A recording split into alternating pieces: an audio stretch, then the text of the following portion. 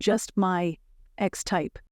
A Sapphic rom-com about second chances, sabotage, and a cooking show rivalry. By Riley Fox. Copyright 2025 by Riley Fox. All rights reserved. No part of this publication may be reproduced, stored, or transmitted in any form by any means, electronic, mechanical, photocopying, recording, scanning, or otherwise without written permission from the publisher.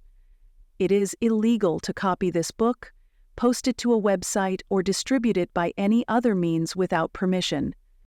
This novel is entirely a work of fiction. The names, characters, and incidents portrayed in it are the work of the author's imagination. Any resemblance to actual persons living or dead, events, or localities is entirely coincidental.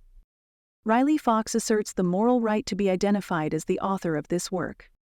Designations used by companies to distinguish their products are often claimed as trademarks.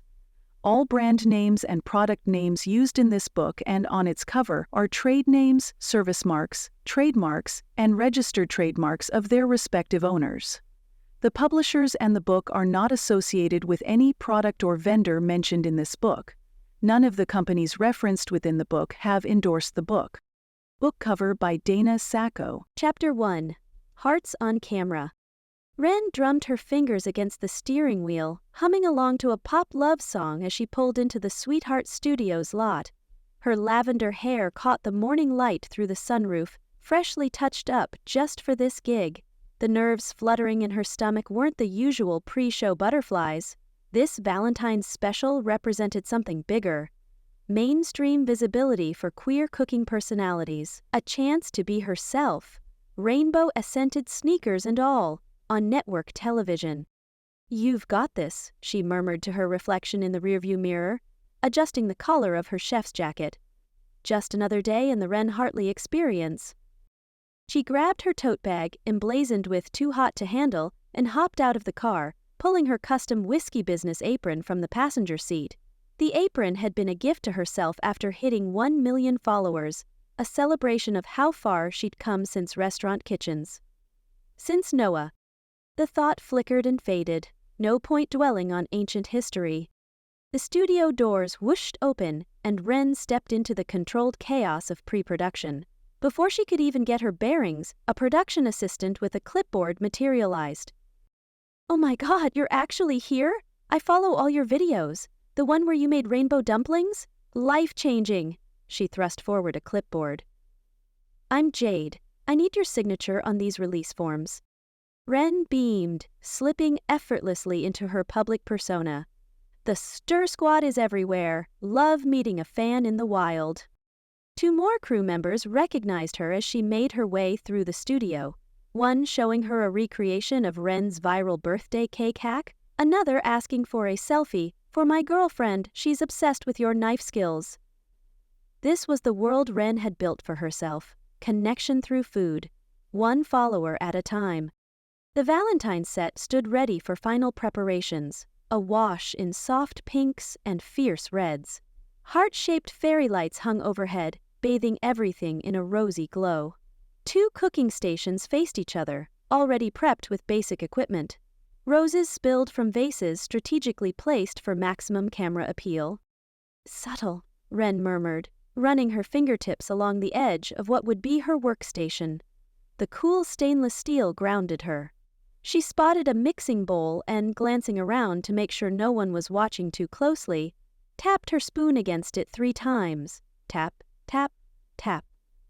The familiar sound resonated through her body, a private ritual from her earliest days in professional kitchens. For luck, for focus, for the memory of who she'd been before followers and sponsorships. "There she is," a commanding voice cut through Ren's thoughts. "Our digital darling." Simone Clark strode across the set, tablet in hand, radiating the controlled energy of someone who made television magic happen daily. Her crisp blazer and confident smile screamed network executive on the rise. Ren had only spoken with her over Zoom until now. "Simone, the mastermind herself." Ren extended her hand, but Simone went straight for a hug, air-kissing both cheeks. "That kimchi grilled cheese tutorial you posted yesterday, already at 2 million views." Simone pulled back, giving Ren an appraising look. "The lavender hair is perfect for our lighting setup. You always know exactly what works on camera." "Just lucky, I guess." Ren shrugged, though the comment pleased her. She'd spent hours deciding between lavender and seafoam green. "Luck has nothing to do with it. You've got instinct." Simone waved her tablet. "Let me walk you through today. The Valentine's special concept is simple but juicy. 2 accomplished chefs creating romantic dishes while sharing real-life dating stories. Intimate, fun, relatable." Ren nodded along, mentally cataloging which of her dating disasters would make for good television. "So who's my co-host? Another content creator? Please tell me it's not that guy who smashes ingredients with a hammer. My followers would never forgive me." Something flickered across Simone's face, a micro-expression that set off warning bells in Ren's head. "We've secured someone with serious culinary credentials, a perfect counterbalance to your approachability." Simone tapped at her tablet. "You'll have amazing chemistry, trust me on this." The deliberate vagueness raised Ren's suspicions, but before she could press further, Simone was already moving on, pointing out camera positions and explaining the segment breakdown. "We're playing up the romance angle hard. The network wants viral moments." When Simone finally left to check on some details, Ren took the opportunity to settle in. She untied her tote bag, extracting her personal arsenal, color-coded measuring spoons, unicorn-handled spatula, and, of course, whiskers. A whisk with googly eyes glued to the handle, star of many of her most popular videos. "Don't fail me now, Whiskers," she murmured, placing him prominently on the counter. "Big day for both of us." She arranged her tools in precise order, sweet to savory, small to large. A habit from her restaurant days that Noah had always teased her about. Noah again. Why did every professional milestone circle back to her? Pushing the thought away, Ren pulled out her phone, framing herself with the Valentine's backdrop for a quick selfie. She stuck out her tongue at the last second, capturing the perfect blend of professional and playful. "Big surprise coming your way.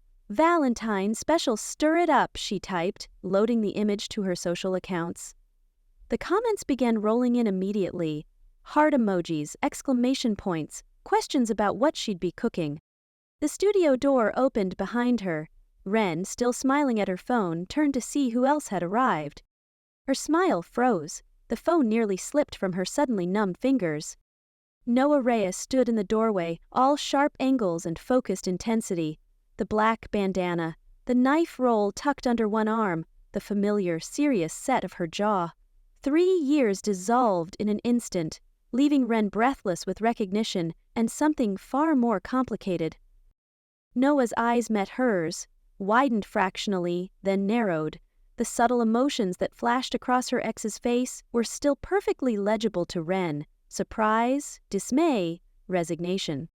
"Noah!" Ren's voice pitched embarrassingly high. "Wow, this is unexpected." Noah gave a curt nod, the movement economical and controlled, like everything else about her. "Hartley." Just the surname, spoken in that clipped tone that used to drive Ren absolutely crazy in both good and bad ways. Simone materialized between them, tablet clutched to her chest, practically vibrating with barely suppressed excitement. "Perfect timing. I see you two have reacquainted yourselves." The gleam in Simone's eyes confirmed what Ren already suspected. This reunion was no accident. The showrunner knew exactly what she was doing, placing 2 exes in a Valentine's Day pressure cooker. "You didn't mention the co-host was Noah," Ren said, aiming for casual but landing somewhere near strained. "Didn't I?" Simone responded with exaggerated innocence. "Must have slipped my mind in all the preparation. Chaos." Noah simply adjusted the strap of her knife roll, her expression unreadable. She looked good, too good, the years having only sharpened her features and intensified that quiet intensity Ren had once found irresistible. Simone positioned herself strategically between them, explaining the format with deliberate emphasis. You'll be competing against each other while also collaborating. Different approaches to the same romantic theme. The audience will absolutely eat up the contrast in your styles. Ren caught the subtext. Contrast, as in social media darling versus serious chef. Performance versus craft. Everything that had torn them apart 3 years ago, now packaged for entertainment. Just like old times, huh? Ren tried for levity, gesturing between them. Except now the whole internet gets to watch. Noah's frown deepened as she carefully placed her knife roll on her workstation. Some things should stay private. The words landed like small, precise cuts. Ren felt the sting but maintained her smile, years of online presence having taught her to keep the camera-ready face intact even when bleeding. She busied herself with rearranging her already perfectly arranged utensils. The camera crew called them over for a test shot. Ren immediately shifted into performance mode, brightening her smile, amplifying her gestures, adding an extra bounce to her step. It was second nature now, this elevated version of herself, built for consumption. From the corner of her eye, she watched Noah approach the cameras with visible reluctance. Where Ren expanded to fill the space, Noah contained herself, precise and economical. She stood rigid during the test, answering technical questions with single words, checking the edge of her knife with practiced movements that made the younger camera operator take an instinctive step back. Their contrasting energies created an immediate visual dynamic that had the director nodding enthusiastically. "This is gold," he murmured to Simone. "Absolute gold." After the camera test, Simone pulled Ren aside, voice dropping to a conspiratorial whisper. "The network loves this. Ex-lovers reunited on Valentine's Day? Ratings gold." Her eyes gleamed with barely contained excitement. "We're already trending just from the announcement. Exes in Kitchen is taking off." "We're not," Ren started to protest, but Simone was already walking away, calling out to the social media team. "Hashtag Exes in the Kitchen. Push it hard on the promo materials." Ren stood frozen, the reality of the situation settling over her. She'd walked into a trap, albeit a velvet one. The entire special had been engineered around their past relationship, a relationship she'd spent 3 years carefully avoiding discussing in interviews and live streams. Across the set, Noah was methodically unpacking her knife roll, each blade placed with surgical precision. Her movements were so familiar that Ren could predict exactly which knife would emerge next. The muscle memory of watching Noah prep had never quite left her. Ren drifted back to her station, fingers unconsciously finding the charm bracelet hidden under her sleeve, a delicate silver chain with a tiny whisk charm that Noah had given her on their first anniversary. She should have thrown it away years ago, should have mailed it back in that box of Noah's things still sitting in her closet. But something had stopped her, some stubborn refusal to completely close that chapter. "Game face on, Ren," she whispered to herself, using the silly nickname her followers had given her. The bracelet's metal was cool against her pulse point, grounding her as crew members bustled around, adjusting lights and positioning cameras. Noah organized her station with military precision, knives arranged by size, ingredients grouped by function, every movement economical. Meanwhile, Ren created her signature, controlled chaos. Colorful ingredients arranged for maximum visual impact. Tools positioned for the camera's benefit. Their eyes met briefly across the set. A flash of recognition, of something unfinished, before both quickly looked away, Noah with a deliberate straightening of her bandana, and Ren with an exaggerated wink to a nearby camera. The stage manager's voice cut through the studio bustle. 5 minutes to places, everyone. We're going live in 15. Ren exhaled slowly. Public Ren. Performance Ren. She could do this. She'd faced down hostile comment sections and cooking disasters on live streams. She could certainly face down Noah Reyes and their complicated history, even with roses everywhere and heart-shaped lights, casting everything in a romantic glow designed to remind them of exactly what they'd lost. Chapter 2. This was a mistake. Noah strode into the green room with controlled fury, her footsteps heavy and deliberate. She tossed her knife roll onto the worn couch and took a deep breath, fingers tapping a quick, agitated rhythm against her thigh. The dim lighting cast shadows across her face as she struggled to regain her composure. "God damn it," she muttered under her breath. 3 years. 3 years of carefully constructed distance, of building a life that didn't include Ren Hartley's infectious laugh or her tendency to reorganize the spice rack by color rather than utility. 3 years of convincing herself that walking away had been the right choice. And Simone Clark had destroyed it all with a single email that conveniently omitted the identity of her co-host. Noah pinched the bridge of her nose, willing the tension headache forming behind her eyes to retreat. She needed to focus, to breathe, to remember why she'd agreed to this Valentine's special in the first place. Exposure for her culinary program, a chance to showcase her students' work, to bring attention to... The door burst open, interrupting her thoughts. Gabi Morales practically vibrated with excitement as she rushed into the room. "Chef, you never told me you knew Ren Hartley?"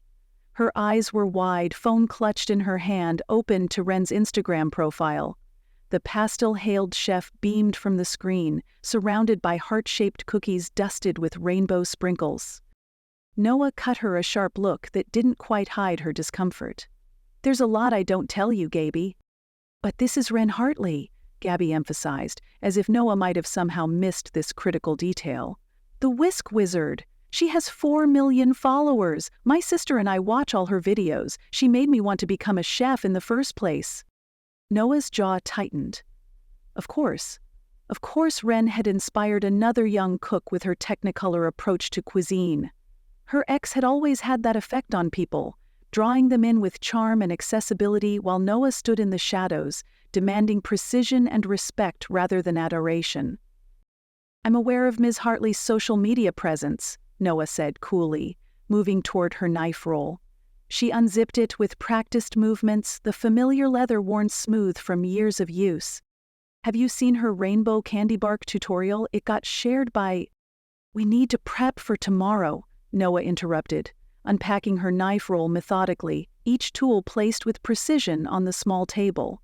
This familiar ritual usually centered her, but today her hands hesitated over her favorite chef's knife, the one Ren had given her for their first anniversary, handle custom carved with a pattern of tiny knots that spelled out "Mi corazón" when you looked closely enough.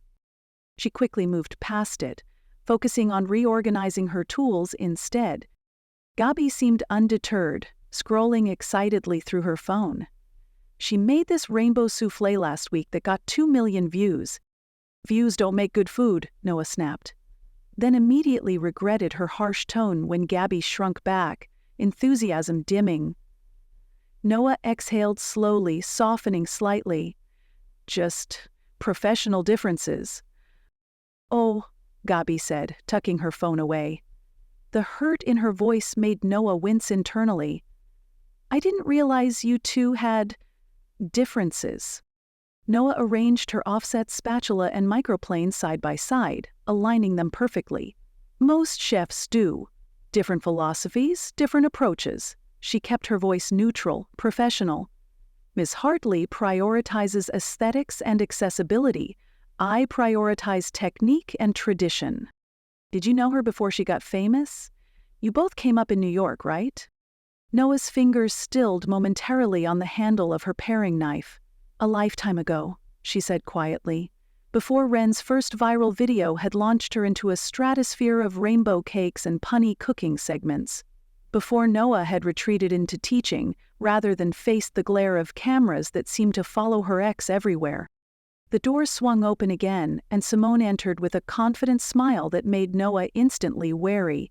The showrunner's heels clicked against the floor as she crossed the room, tablet in hand, radiating the particular brand of calculated enthusiasm that had probably gotten her very far in television. "There she is! Half of our power couple reunion!" Simone's voice carried an undercurrent of triumph that made Noah bristle. Noah confronted her immediately. "This wasn't what we agreed to. One segment, Simone, not, she gestured vaguely, whatever hashtag you're brewing. Simone remained unfazed, scrolling through her tablet to show Noah the online buzz already building. The network is thrilled, Exes and Kitchen is trending, and we haven't even aired yet. Your culinary program just got 10 times the exposure you were hoping for. Noah's eyes narrowed as she scanned the social media posts lighting up Simone's screen. You planned this. I recognized an opportunity, Simone corrected, her smile never wavering. The queer cooking audience has been dying for this kind of authentic representation. Two brilliant trans women who once shared. Don't, Noah cut her off sharply. Don't use our identities to justify your ratings grab. Gabby's eyes widened and she quietly backed toward the door. I should go check on the prep kitchen, she murmured before slipping out. Noah paced the small room, hands moving through her cropped hair in frustration. I can't do this. Her reflection in the small makeup mirror showed more vulnerability than she wanted to admit. The slight crease between her brows, the tension around her mouth. Can't or won't? Simone asked, setting the tablet down. Noah, I didn't trick you into this out of malice. I did it because I know what you and Ren created together was magic. On and off camera. When Noah shot her a warning glare, she continued, I remember those cooking demonstrations you used to do at Harvest Kitchen. The way you two moved together, anticipated each other. That kind of chemistry doesn't just disappear. It does when one person walks away, Noah said before she could stop herself. Simone's expression softened slightly. Look, I get that it's complicated, but your community culinary program serves how many underprivileged queer youth? 30? 40? This show will put that program on the map. Donations, volunteers, recognition, all of it will pour in after we air. The manipulation was obvious, but that didn't make it less effective. Noah stood by the door, hand on the knob, genuinely contemplating walking out. Her students deserved better than this. Better than a teacher who'd run from uncomfortable situations. Better than someone who preached integrity but couldn't face her own past. She caught sight of her grandmother's handwriting tattooed on her wrist, con orgullo, with pride. The tension in her shoulders shifted subtly as she made her decision. All day, she said finally, turning back to Simone. I'll do the Valentine's special. 1 day of filming and then I'm done. Simone's smile was immediate. Fantastic. And if the chemistry is there, maybe we could discuss. Day, Noah enunciated clearly. And I'm not playing into your ex-lover's narrative. We're professionals. We cook. That's it. Of course, Simone agreed easily. Too easily. Strictly professional, though, if any, tensions naturally arise on camera. Noah didn't dignify that with a response, just gathered her knives and headed for the door. Rehearsal in 20, Simone called after her. Main set. You'll love what our designers did with the space. Noah didn't respond as she strode through the hallway toward the set. She needed to recalibrate, to focus on the job ahead rather than the woman who'd once known her better than anyone else in the world. When Noah returned to the main set for rehearsal, she was wearing her professional armor. Black chef's jacket buttoned to the collar, focus laser sharp. Her bandana was tied firmly, keeping her dark hair from her face as she approached her cooking station. She arranged her area methodically, wiping down surfaces that were already clean, establishing her territory. The familiar motions grounded her, setting up just as she had in every kitchen she'd ever worked in. Mise en place. Everything in its place, including her emotions. The set was admittedly impressive, 2 cooking stations arranged in a heart shape, with warm lighting and enough technical equipment to make even the most demanding chef happy. Small touches of queer pride were integrated tastefully throughout. Rainbow accents that weren't too heavy-handed, subtle nods that said, "This space is for us," without shouting it. Noah was so focused on arranging her tools that she didn't notice Ren's approach until a blur of pastel hair and boundless energy bounced into her peripheral vision. They gave us the good burners, Ren exclaimed, casual and bright, suddenly invading Noah's carefully constructed space. Remember when we used to fight over counter space in that tiny apartment kitchen? The reference to their shared past hit Noah like a physical blow. That walk-up in Brooklyn, barely enough room for a full-sized refrigerator, let alone 2 ambitious chefs. They'd choreographed elaborate dances around each other, bodies in sync even when elbows knocked against ribs and hips bumped counters. Those cramped quarters had felt spacious somehow, big enough to hold their dreams and plans, and "That was a long time ago," Noah responded with a clipped tone, and turned away, but not before everyone noticed the flush creeping up her neck. She busied herself with checking the oven temperatures, painfully aware of Ren still hovering nearby. "Not that long," Ren countered, testing the weight of a sauté pan. "You still do that thing where you arrange your spoons by size." Noah glanced down at her utensil lineup and quickly rearranged them, irritated that some habits were so deeply ingrained and that Ren still noticed them. The camera crew began filtering in, setting up equipment for the blocking session. The director called them to their marks, explaining the sequence for their first segment, a Valentine's-themed breakfast in bed that required them to work in tandem. "We want to capture that natural flow between you," the director explained, oblivious to the tension vibrating between them. "Just like your old demonstrations at the farmers' markets." During the camera blocking session, Noah and Ren stood side by side to demonstrate the whisking technique for crepe batter. The proximity was electric. Noah could smell Ren's familiar lavender shampoo, could sense the warmth radiating from her body just inches away. Their hands brushed, accidentally, over a whisk, and Noah pulled back as if burned, knocking over a small bowl of measured spices. Cinnamon and nutmeg scattered across the white countertop. Noah muttered a curse under her breath. "Still jumpy when someone invades your space, huh?" Ren teased, the hint of something darker beneath her smile.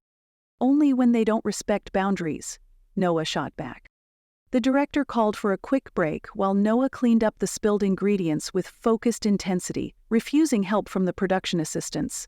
"I take care of my own messes," she said pointedly, aware of Ren watching. The double meaning hung in the air between them. When she stood, she addressed Simone directly. "I'll stay, but I'm not playing into whatever narrative you're creating." Simone merely smiled and made a note on her tablet. "Just be yourselves. That's all we want." Noah nearly laughed at the absurdity of the request. Being herself around Ren had always been both the easiest and hardest thing in the world.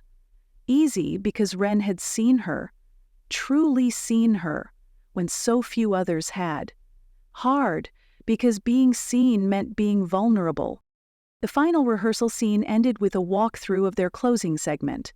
As crew members dispersed for a dinner break, Noah unpacked her personal knives at her station, a clear statement of commitment and professionalism. The rhythmic sound of the blade against the sharpening steel was soothing, familiar. She carefully avoided looking at Ren, but when Gabby approached with a question about tomorrow's shoot, Noah's response carried just enough volume to ensure Ren would overhear. "We're professionals. The food matters more than feelings." Even as she said it, her fingers tapped that familiar rhythm against the countertop. Tap, tap, tap, tap, tap. The tell Ren would recognize as her uncertainty. Noah caught herself and stilled her fingers, curling them into a fist. Tomorrow would be a test of endurance, of her professionalism, her focus, her ability to ignore the pull she still felt toward the woman she'd once loved more than cooking itself. A test she was determined to pass, even if it meant keeping her guard up all day. Chapter 3. The Whisk Incident. Ren stood at her cooking station under the bright studio lights, her energy cranked to maximum as she whisked a champagne-infused batter. For her first full day of filming, she'd chosen her custom Love is in the Air apron, pink with red stitching and tiny embroidered hearts that looked professional enough for TV, but still screamed, Ren Hartley brand. She'd even added temporary pink streaks to her lavender hair for the Valentine's theme, a detail her followers would appreciate. "We're making cloud-like soufflé pancakes today, folks. Just like relationships, they need gentle handling and perfect timing. Ren kept her voice bright as she whisked, making sure to angle her body toward the camera while still maintaining what felt like natural movements.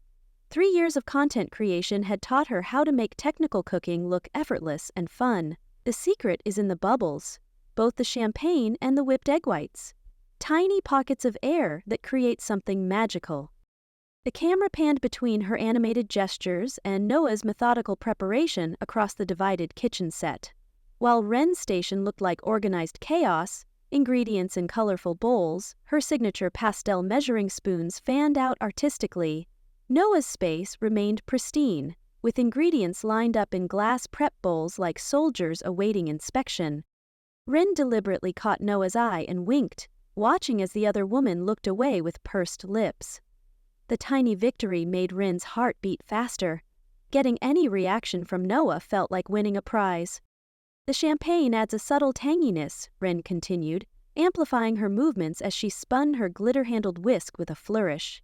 The stir squad knows this is my lucky charm. Whiskers has never failed me yet. She could practically feel the waves of judgment radiating from Noah's station. 3 years ago, Noah had rolled her eyes when Ren first nicknamed the whisk, claiming it was childish. Now, Ren made sure to waggle whiskers extravagantly whenever she caught Noah glancing her way. Now we need to fold in our feelings, egg whites, Ren said with a laugh. Gently, gently. This isn't the time for... Mid-sentence, the glitter whisk slipped from Ren's fingers during an especially enthusiastic demonstration. Time seemed to slow as it flew across the small gap between stations, landing with a splatter of batter directly onto Noah's immaculate prep area. The studio went silent. Noah froze, looking down at the mess and then up at Ren with an expression halfway between murderous and bewildered. Ren's mouth formed a perfect O of surprise. For a heartbeat, genuine mortification replaced her camera-ready persona. She'd spent so much time trying to appear unfazed by Noah's presence that she'd gotten careless. But the cameras were rolling. The silence stretched dangerously. Whiskers! You traitor! Ren broke the tension, hands on her hips in mock outrage. Defecting to the dark side? The camera caught Noah's slight eye roll, and the audience erupted in laughter. Ren breathed an internal sigh of relief. Crisis averted. And honestly, the moment would probably make great TV. Instead of reaching across to retrieve her whisk immediately, Ren leaned over her counter toward Noah, deliberately invading her space. Chef Reyes, I believe you've stolen my assistant. Noah reluctantly picked up the whisk between 2 fingers like it might bite, holding it out with a deadpan. Your assistant needs better training.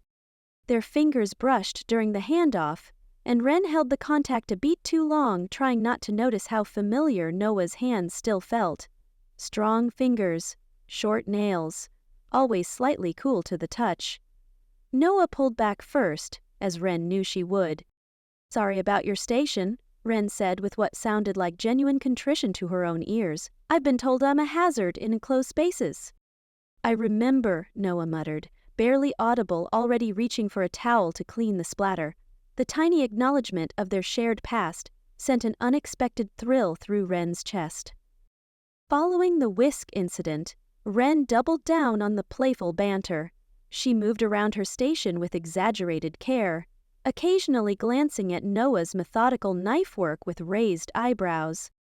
Want to share your secret technique with the viewers, Chef Reyes? Ren called out, keeping her tone light. You always did have the most precise hands in the business.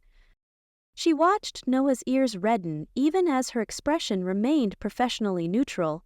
Noah didn't look up from the berries she was slicing into perfect paper-thin rounds. Technique isn't a secret, Noah replied evenly. It's practice and patience. Practice makes perfect, Ren agreed, drawing out the words. Though I seem to recall you were always pretty perfect right from the start. Noah's knife paused for a fraction of a second. Ren counted it as another win. My pancakes are about ready for the flip, Ren pivoted, addressing the camera. This is where it gets tricky, Stir Squad. Say a little prayer to the kitchen gods. She carefully maneuvered her spatula under the delicate pancake, catching Mason's eye behind their camera.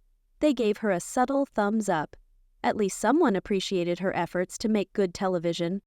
The filming continued, and Ren found a rhythm in her performance, one that allowed her to cook successfully while maintaining her cheerful patter. Occasionally, she'd throw a question Noah's way, mostly receiving terse professional responses, but the tension between them translated beautifully on screen. Ren could see it in the monitors and in the way the production assistants whispered excitedly between takes. During the tasting segment, Ren plated her pancakes with artistic swoops of berry compote and edible flower garnishes. Noah's version was architectural, precise layers with mathematically identical berries between each tier. Both looked stunning in completely different ways. "Shall we try each other's creations?" Ren suggested, already lifting a bite of her own pancake on a spoon. She turned to Noah with a smile that felt more genuine than she'd intended. "For old time's sake?" The hesitation was palpable. Noah stared at the offered spoon like it might contain poison. Ren held her position, arm extended, telling herself she didn't care if Noah refused. After what felt like an eternity, Noah leaned forward and accepted the bite with visible reluctance.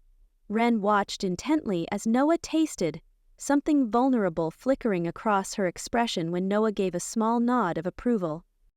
"The texture is good," Noah admitted quietly. "Light." The audience collectively sighed. Ren tried not to beam too obviously at the tiny compliment. "Your turn," Ren prompted, pointing at Noah's creation. Noah cut a precise bite with a fork and knife, then held out the fork. Ren took it, deliberately letting her fingers brush Noah's again. The pancake was perfect. Of course it was. With a subtle hint of vanilla and cardamom that Noah hadn't mentioned in her demonstration. Ren closed her eyes briefly. "You still use the cardamom trick." When she opened her eyes, Noah was watching her with an unreadable expression. "It works," Noah said simply. "Always did," Ren agreed. And for a moment, they were just two chefs appreciating good food, the cameras forgotten. The moment shattered when Simon called, "Cut! Perfect!" "That's lunch, everyone. Back in an hour for the decorating segment." Between takes, Kestrel Bloom bounced over to Ren's station, phone in hand, blue hair falling into her eyes as she scrolled frantically. "You are not going to believe this," she said, voice pitched low but vibrating with excitement. "Check it out! Exes in the kitchen is trending! People are shipping you two so hard." Kestrel held out her phone, showing Ren the Twitter feed filled with clips already emerging from the morning shoot. Someone had made a slow-motion edit of the whisk incident set to dramatic music, with heart emojis exploding when their fingers touched during the handoff. "That was fast," Ren murmured, torn between professional satisfaction at the engagement and personal discomfort at having her history with Noah dissected by strangers. "Fast? It's a social media nuclear explosion," Kestrel grinned. "The Saphics of the internet have collectively lost their minds. Simone is practically doing cartwheels in the production office." Ren glanced over at Noah, who was cleaning her station with focused intensity, completely unaware, or pretending to be, of the online sensation they were becoming. "This is just for show," Ren told Kestrel, but her voice lacked conviction. Kestrel hummed knowingly. "Well, whatever it is, keep it up. I've already cut a teaser for tomorrow's segment. The producers want to lean into the rivalry angle. They're calling it sweet verse sophisticated." "Let me guess which one I am," Ren said dryly. Kestrel laughed and patted Ren's shoulder before dashing off to show someone else the trending hashtag. When filming wrapped for the day, Ren found herself lingering at her station, deliberately taking longer than necessary to pack up. She watched Noah methodically storing unused ingredients in labeled containers, remembering how they used to clean up together in restaurant kitchens years ago. Noah always insisted everything had its place: ingredients, tools, people. Including Ren, apparently, who hadn't fit in Noah's carefully ordered life once her career took a different direction. Mason Tran approached with their camera lowered, offering Ren a fist bump. "You broke the internet today," they said, their voice low enough that it wouldn't carry to Noah's station. That whisk moment? Pure gold. Thanks, Mace, Ren replied, accepting the bump. Though, I've got to say, launching cooking implements at my co-host wasn't in the script. Happy accidents. Mason showed Rin their phone, scrolling through more clips already circulating online. Fan edits, setting the whisk moment to romantic music, zoomed-in analysis of their facial expressions, side-by-side comparisons with famous rom-com moments. Ren laughed nervously, heat rising in her cheeks. It wasn't planned, I swear. Mason gave her a knowing look. Sometimes, the best TV. I'm just trying to survive this gig without... Ren stopped herself. Without what? Mason prompted gently. Without making a complete fool of myself, Ren finished, avoiding Mason's eyes. For what it's worth, Mason said, glancing toward Noah, she kept looking at you when you weren't watching. Every time you turned to talk to the camera, her eyes would follow. Rin's heart did a complicated little flip. Probably making sure I didn't fling any more kitchen tools her way. Mason said, in the exact same knowing tone Kestrel had used. Get some rest, Ren.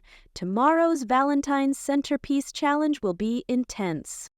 After Mason left, Ren retreated to the green room, grateful to find it empty. She slumped onto the worn couch, her public persona fading as exhaustion set in.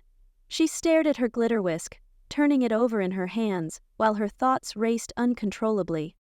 One day down, 6 more to go. How was she supposed to maintain this performance for an entire week? The banter, the careful dance of seeming unfazed by Noah's presence, while simultaneously trying to provoke reactions from her. It was exhausting, and confusing, and dangerously close to picking at wounds she'd thought were finally healing. Almost without conscious decision, Ren pulled out her phone and found herself scrolling to a hidden album she never deleted. Her and Noah in their first apartment, cooking together on their tiny stove, Noah surprising Ren with her first professional knife set, the two of them laughing in chef's whites before their first big service. They looked so young, so happy, so certain of their shared future. She quickly locked the screen when she heard footsteps approaching, shoving the phone into her pocket like she'd been caught doing something shameful. 20 minutes later, as Ren left the studio, she caught sight of Noah talking quietly with Gabby near the exit. The young intern was gesturing animatedly, and Noah said something that made Gabby laugh.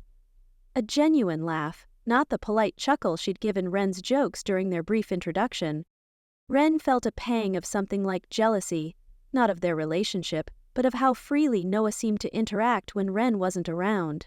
With Gabby, Noah's posture was relaxed, her expression open. With Ren, Noah remained guarded, shoulders tense, as if preparing for an attack.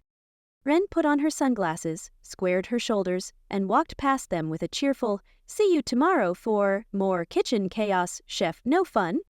She didn't look back to see Noah's reaction to the old nickname, but she felt Noah's eyes on her all the way to her car. The weight of that gaze felt like a physical touch, unwelcome, unexpected, and undeniably there. Chapter 4. What We Lost. Noah punished the alarm 30 minutes before it was set to go off. Her body still operated on a chef's clock, early to bed, early to rise, and never waste a minute of prep time. She stood in her hotel bathroom, squinting at her reflection under harsh fluorescence. The woman staring back looked frustratingly vulnerable without her chef's bandana and the protective armor of her kitchen whites. "Day 2, she muttered, securing her bandana with practiced movements. Just get through day 2. An hour later, Noah slipped through the side entrance of Sweetheart Studios, nodding at the security guard who barely looked up from his crossword puzzle. She'd memorized the building layout yesterday, another habit from her restaurant days: always know your exits.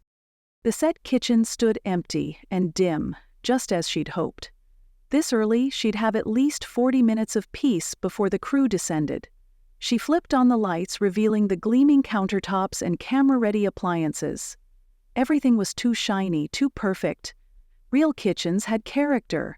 Burn marks on the counter edges, knife scratches on the cutting boards, ghosts of past meals. Noah set her knife roll on the counter, reverently unfolding the worn leather to reveal her collection. Each blade had its own story, its own purpose. She ran her fingertip along the edge of her favorite chef's knife, careful not to apply pressure. The ritual centered her, brought her back to herself. "Focus on the work," she whispered, the mantra that had carried her through every professional kitchen. She began her methodical inspection of the workspace, rearranging tools to match her workflow. The spice rack needed reorganizing. Who put cardamom next to cumin? And the prep bowls were stacked inefficiently. Small corrections, but they mattered. Control what you can control. The weight of yesterday hung around her shoulders. Wren's smile for the cameras. The easy way she'd slipped into banter. The brush of their hands when they'd reached for the same whisk. Purely accidental, of course, except nothing with Ren was ever really an accident. Her fingers paused on a bottle of vanilla extract. Premium quality, at least. She unscrewed the cap and inhaled, letting the rich scent ground her in the present. "I knew you'd be early," a voice called from the doorway. Noah's shoulders tensed as Simone strode toward her, clipboard clutched to her chest, smile wide and dangerous. The showrunner wore an emerald pantsuit that belonged on a runway, not a TV set at 6 a.m. "Just getting oriented," Noah replied, carefully resealing the vanilla. "And rearranging my kitchen, I see." Simone didn't sound upset. If anything, she seemed pleased. "Good. I want you comfortable." "What do you want, Simone?" Noah asked, wiping her hands on a towel. "Just dropping off today's segment plan, hot off the presses." She extended a sheet of paper. "I think you'll find it evocative." Noah took the paper, scanning the production schedule with practiced efficiency.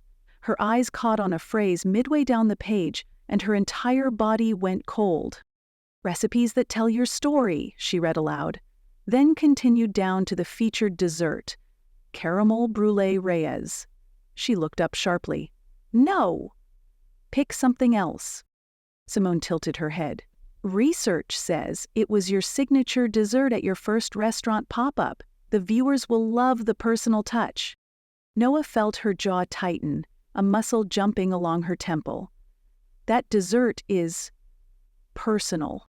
"That's exactly the point, chef. This is a Valentine special." Simone's smile never wavered. "The audience wants connection, history, something real." Noah lowered her voice, aware of crew members beginning to filter into the studio. "There are dozens of desserts I could prepare that would be equally impressive without reminding you of your history with Ren," Simone finished, taking a step closer. "Look, the viewers are already obsessed with you two. The hashtag is trending. We need to give them what they want." "I don't care what they want," Noah said. The words clipped. "Ren already approved it," Simone added, the casual statement hitting like a knife between the ribs. Noah stared at her, searching for a lie and finding none. Of course Ren had approved it. The dessert was a story that made her look good, the charming, sunshine half of their relationship who had melted the Ice Queen's heart. A perfect narrative for her adoring fans. "Fine," Noah finally said, the word tasting bitter on her tongue. "But I choose how much I share." "Of course," Simone's smile widened. "Authenticity can't be forced." Noah watched her walk away, heels clicking purposefully across the floor. She glanced down at the recipe on the page. She didn't need it. Even after 3 years, she could make this dessert blindfolded. That was the problem. The studio gradually filled with sound, crew members calling to each other, lights being tested, cameras being positioned. Noah remained at her station, methodically organizing ingredients, checking oven temperatures, testing the blowtorch. The routine steadied her, gave her something concrete to focus on instead of the hollow feeling in her chest. "Good morning, sunshine." Noah didn't need to look up to recognize Ren's voice. Bright, musical, performative, always on, she continued measuring vanilla beans, counting the seconds between each breath. "I come bearing gifts," Ren continued, undeterred by Noah's silence. A takeout coffee cup appeared at the edge of Noah's peripheral vision. She glanced at it, then up at Ren, who was dressed in a pastel pink chef's coat with tiny embroidered hearts along the collar. Ridiculous. Professional kitchens would never allow something so impractical. It's black with a dash of cinnamon, Ren said, wiggling the cup enticingly. Still your poison of choice, right? Noah accepted the cup without comment, hating that Ren remembered how she took her coffee, hating more that the first sip was perfect, bitter and aromatic, the cinnamon warming the back of her throat. So, Ren continued, leaning against the counter with casual grace, Brûlée Reyes, huh? Talk about a trip down memory lane. Noah measured heavy cream into a saucepan. Simon's idea. Oh, I know, but you didn't have to say yes. Noah's hand tightened around the measuring cup. You did. Ren shrugged, the motion fluid and theatrical. Everything she did seemed designed for an audience, even when they were relatively alone. It's a good dessert, one of your best. It's technically challenging for a live segment. Since when has technically challenging scared Noah Reyes? Ren's voice softened, becoming more genuine. Remember when we made 40 of these for the pop-up? Your hands were blistered from the torch. I remember, Noah said shortly, turning away to check the vanilla beans soaking in cream. The scent rose in delicate tendrils, sweet and nostalgic. Hey, Ren said, suddenly close. Too close. If you really hate this, I'll tell Simone we need to switch desserts. I'm serious. Noah looked up, surprised by the sincerity in Ren's eyes. For a moment, the performance dropped away, revealing the woman Noah had once known so well. Earnest, considerate, willing to fight for what mattered. It's fine, Noah found herself saying. The viewers will like it. Something flickered across Ren's face. Disappointment? Relief? She stepped back, the professional smile sliding back into place. Great, I'll go get touched up before we start rolling. Noah watched her walk away, all bouncing steps and cheerful greetings to crew members. The coffee warmed her hands, a gift she hadn't asked for but couldn't seem to refuse. 90 minutes later, the kitchen was a hive of activity. Lights blazed down, makeup artists darted in for last-minute touch-ups, and Simone prowled between camera operators, checking angles and giving instructions. 3 minutes to rolling, someone called. Noah focused on her station, where ingredients sat in perfect mise en place.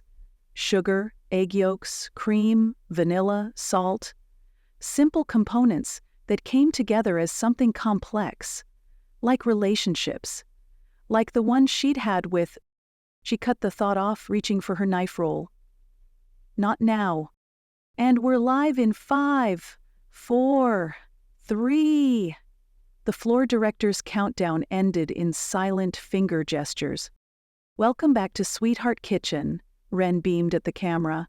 I'm Ren Hartley and this is Chef Noah Reyes. Today we're sharing recipes that tell our stories. We're preparing caramel brulee rays, Noah added, her voice steady and professional. The key to this dessert is patience and precision. 2 qualities Noah has in abundance, Ren interjected with a wink. Unlike some of us who get distracted by shiny objects. Noah rolled her eyes but found herself fighting a smile. We'll start with the caramel base. The sugar needs to reach exactly 340 degrees for the right amber color. She poured sugar into a heavy-bottomed pan, adding just enough water to wet it. As heat transformed the crystals into liquid gold, she fell into the rhythm of the demonstration, explaining each step with clipped efficiency. Noah created this when we first started dating, Ren said, addressing the camera while Noah stirred the caramel. She said the bitterness of the caramel reminded her of herself, and the cream was me, softening everything. Noah's hand faltered, the wooden spoon slipping against the edge of the pan. She'd forgotten she'd said that. Late at night, in their tiny apartment kitchen, Ren's head resting on her shoulder as they watched the sugar transform. An unguarded moment, now broadcast for strangers to consume. The balance is what makes it work, Noah said, regaining her composure. Too much cream and it's bland, too much caramel and it's overwhelming. They moved into the custard preparation, working side by side with a synchronicity their bodies remembered even as their minds resisted. Noah whisked egg yolks while Ren poured in the cream, their movements like dancers who'd practiced the same routine for years. When their elbows brushed, Noah shifted away, creating physical distance even as their cooking styles complemented each other perfectly. "They move like they're dancing," she overheard a crew member whisper. Noah stirred more forcefully, focusing on the consistency of the custard. "Remember the night we served this to that food critic?" Ren asked as they poured the mixture into ramekins. "The power went out and we had to torch 40 brulees by flashlight." The memory hit Noah with unexpected force. The blackout had happened during their first major review at the pop-up. A disaster in the making until Ren had started laughing, transforming panic into adventure. They'd worked in the dark, illuminated only by cell phone flashlights, the blue flame of the torch casting shadows across Ren's face as she caramelized sugar with surgical precision. The critic had written that the dessert tasted like falling in love. Noah managed a curt nod, not trusting her voice with this memory fresh in her mind. As the custards baked, they prepared the caramel twills, delicate, crisp decorations that would garnish the finished dessert. Noah demonstrated the proper technique for drizzling hot caramel onto silicone mats, her hands steady despite the internal turbulence. "Noah has the steadiest hands in the business," Ren told the camera.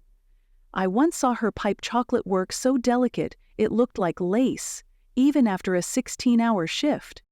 Noah glanced up, surprised by the genuine admiration in Ren's voice.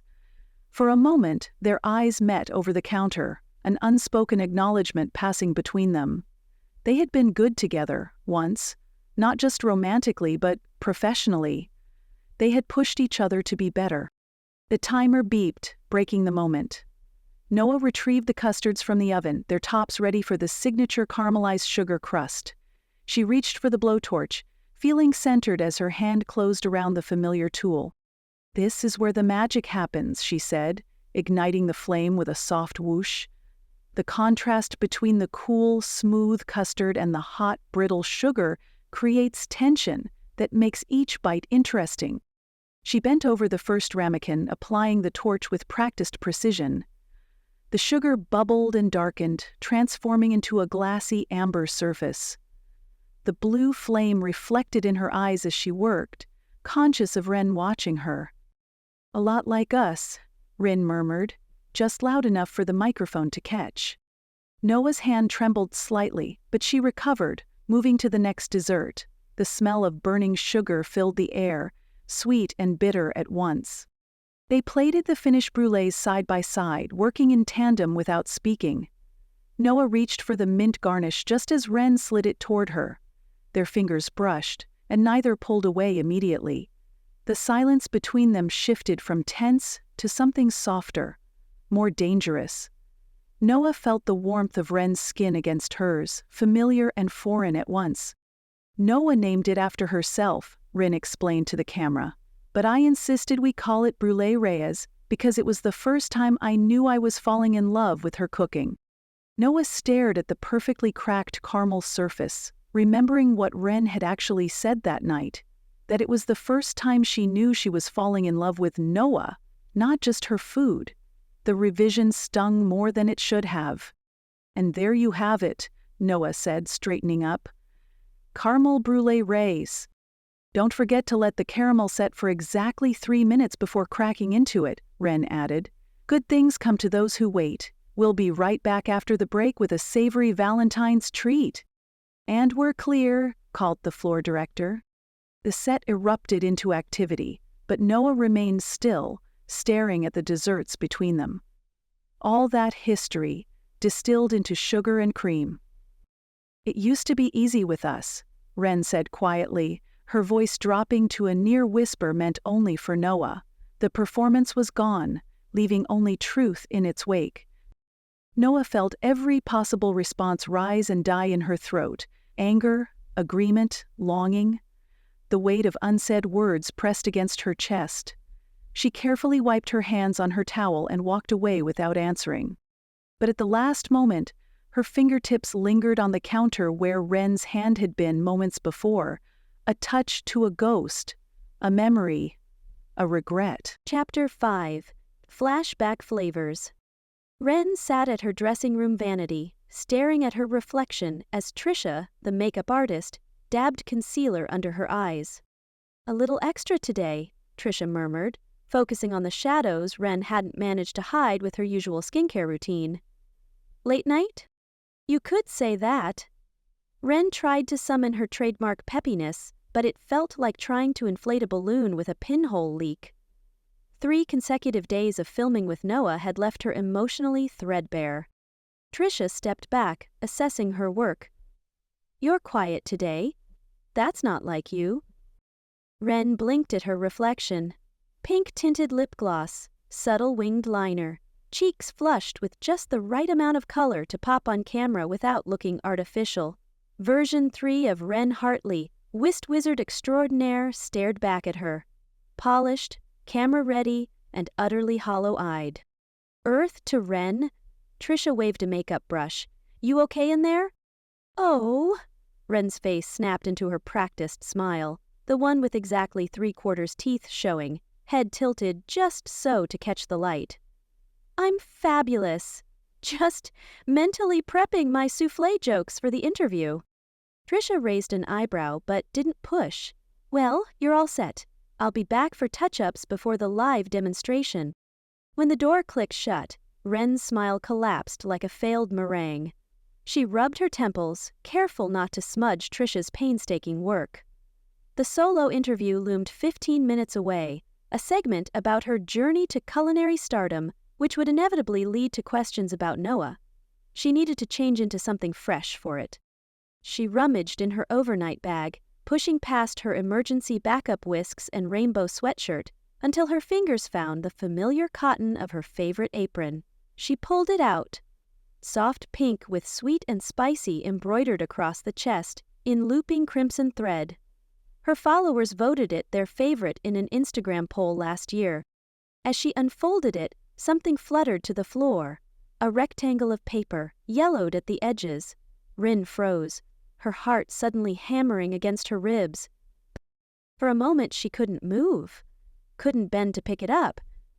She didn't need to see it to know exactly what it was, what it would say, how it would smell faintly of vanilla and butter. After all these years. "Shit," she whispered, finally crouching down. Her fingers trembled as she lifted the worn index card from the floor. There it was, in her own loopy handwriting, the title, Noah's Kiss, Caramel Brulee Rays, curved across the top in blue ink. Noah had rolled her eyes at the name, but couldn't hide her pleased smile when Ren insisted on it. The careful measurements were noted in Noah's precise penmanship along the margins. Adjustments to Ren's more freewheeling approach. Coffee stains bloomed on one corner, and butter smudges marked the edges where their fingers had held it countless times. Ren traced the letters with her fingertip, feeling the indentations in the paper. The handwriting was a physical memory. Pressure from the pen where Noah had insisted on exactly 1/4 teaspoon vanilla bean paste, Ren, not a splash. Or whatever chaos you're planning. She sank onto the small couch, the apron forgotten in her lap, the recipe card held between both hands, as if it might dissolve if she didn't anchor it. The dressing room around her, the makeup-strewn counter, the ring light, the wardrobe rack of colorful chef's jackets, faded away. Suddenly she was back in their first apartment, the cheap one-bedroom walk-up with the kitchen so small they'd bump hips while cooking. The day they perfected this recipe had been cold outside, but warm in their cramped space, the windows fogged from the heat of the stove. Noah, precision incarnate, measuring sugar while Ren teased her about being a kitchen robot. "A pinch of salt is not a scientific measurement," Noah had protested, but she was smiling, that rare, unguarded smile that made her eyes crinkle at the corners. "But a Noah-sized pinch is," Ren had countered, demonstrating by pinching Noah's side until she yelped and swatted at her with a kitchen towel. The memory intensified, Noah at the stove stirring the caramel, her dark hair escaping its tight bun. Ren had turned on the radio, some indie station playing a slow song. She remembered sliding up behind Noah, wrapping her arms around her waist. "Dance with me," she'd murmured against Noah's neck. "The caramel will burn," Noah had protested, but without conviction. "Let it," Ren had replied, turning Noah away from the stove. Noah had hesitated, she always did, cautious by nature, but then relented, still wearing her chef's towel tucked into her waistband. She'd been stiff at first, awkward, but gradually melted against Ren, her body remembering the rhythm they'd established over months together. They'd turned slow circles around that tiny kitchen, bare feet shuffling over the linoleum, bodies pressed close. And then, as the song peaked, Noah had leaned her head against Ren's shoulder and whispered, "I love you," so softly that Ren wasn't sure she was meant to hear it over the music. It was the first time Noah had said those words. The caramel had burned. They'd eaten ice cream instead. A tear splashed onto the recipe card, darkening the paper. Ren startled, not realizing she'd been crying. She let out a shaky laugh that sounded more like a gasp. "Pull it together, Ren," she whispered to herself, using the nickname that had once been Noah's exclusive territory before the internet adopted it. "It's just a stupid recipe." But her voice cracked on the last word, and she pressed the card against her chest, above her heart, as though she could absorb the memory directly into her bloodstream. She pulled out her phone with her free hand, unlocking it with a swipe. Almost unconsciously, her thumb tapped through to a hidden folder labeled Old Recipes. It was buried deep. Behind her carefully curated public-facing photos, no chance of accidentally uploading one of these to her Instagram. Inside were dozens of photos of her and Noah. Noah teaching Ren how to properly julienne vegetables. Both of them asleep on the couch after a 16-hour prep for their first pop-up dinner. Noah concentrating over a delicate plating, the tip of her tongue caught between her teeth. She stopped scrolling at a particular image. Noah in the morning light, hair tousled from sleep, wearing Ren's rainbow apron, the one Ren had worn when she came out publicly in a cooking video, and smiling at the camera. Not the tight, controlled smile Noah gave the world, but something soft and vulnerable. Something just for Ren. A sharp knock at the door jolted her back to the present. Ren nearly dropped her phone. "Just a minute," she called out, voice too high. Her hands fumbled as she tried to tuck the recipe card and phone away before anyone could witness her momentary crack in composure. She wiped hastily under her eyes, praying she hadn't destroyed Trisha's work. "Get it together," she whispered to her reflection as she stood. "Camera ready in 3, 2, 1. She took several deep breaths, shoulders rising and falling with each one, centering herself in the moment. She fixed her eyes on her reflection, practiced her camera smile, and tried to rebuild the wall between Ren Hartley, social media darling, and the woman who still cried over recipe cards. The door opened, and Mason entered, camera lowered to their side. Their expression shifted immediately upon seeing Ren's face.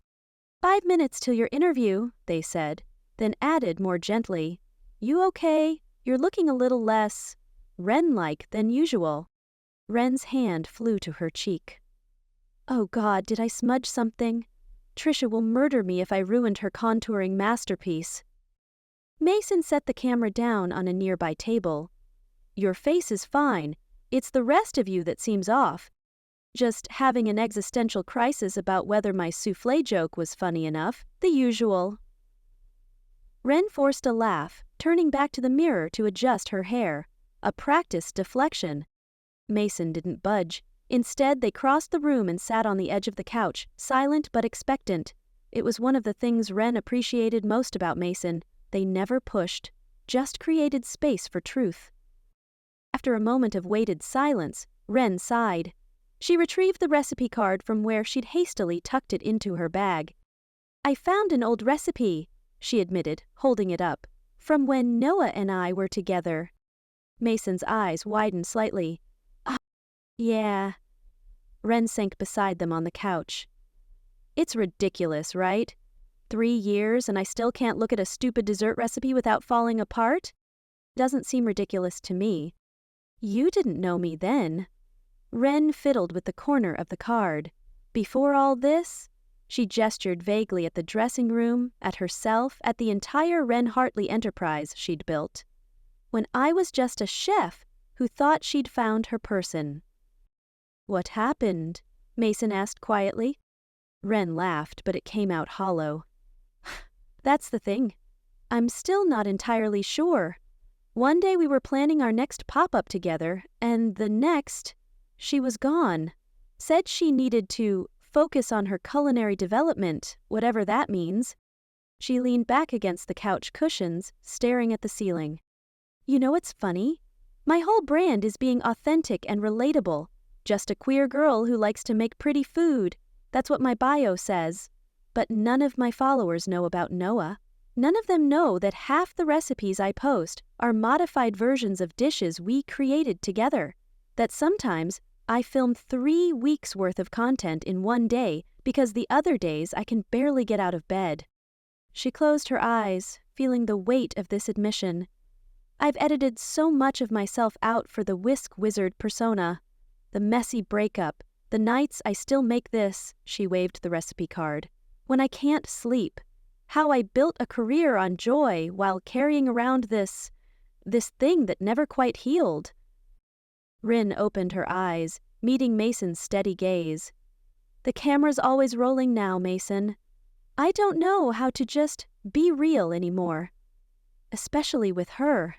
You're being real right now, Mason pointed out. Yeah, well, no cameras.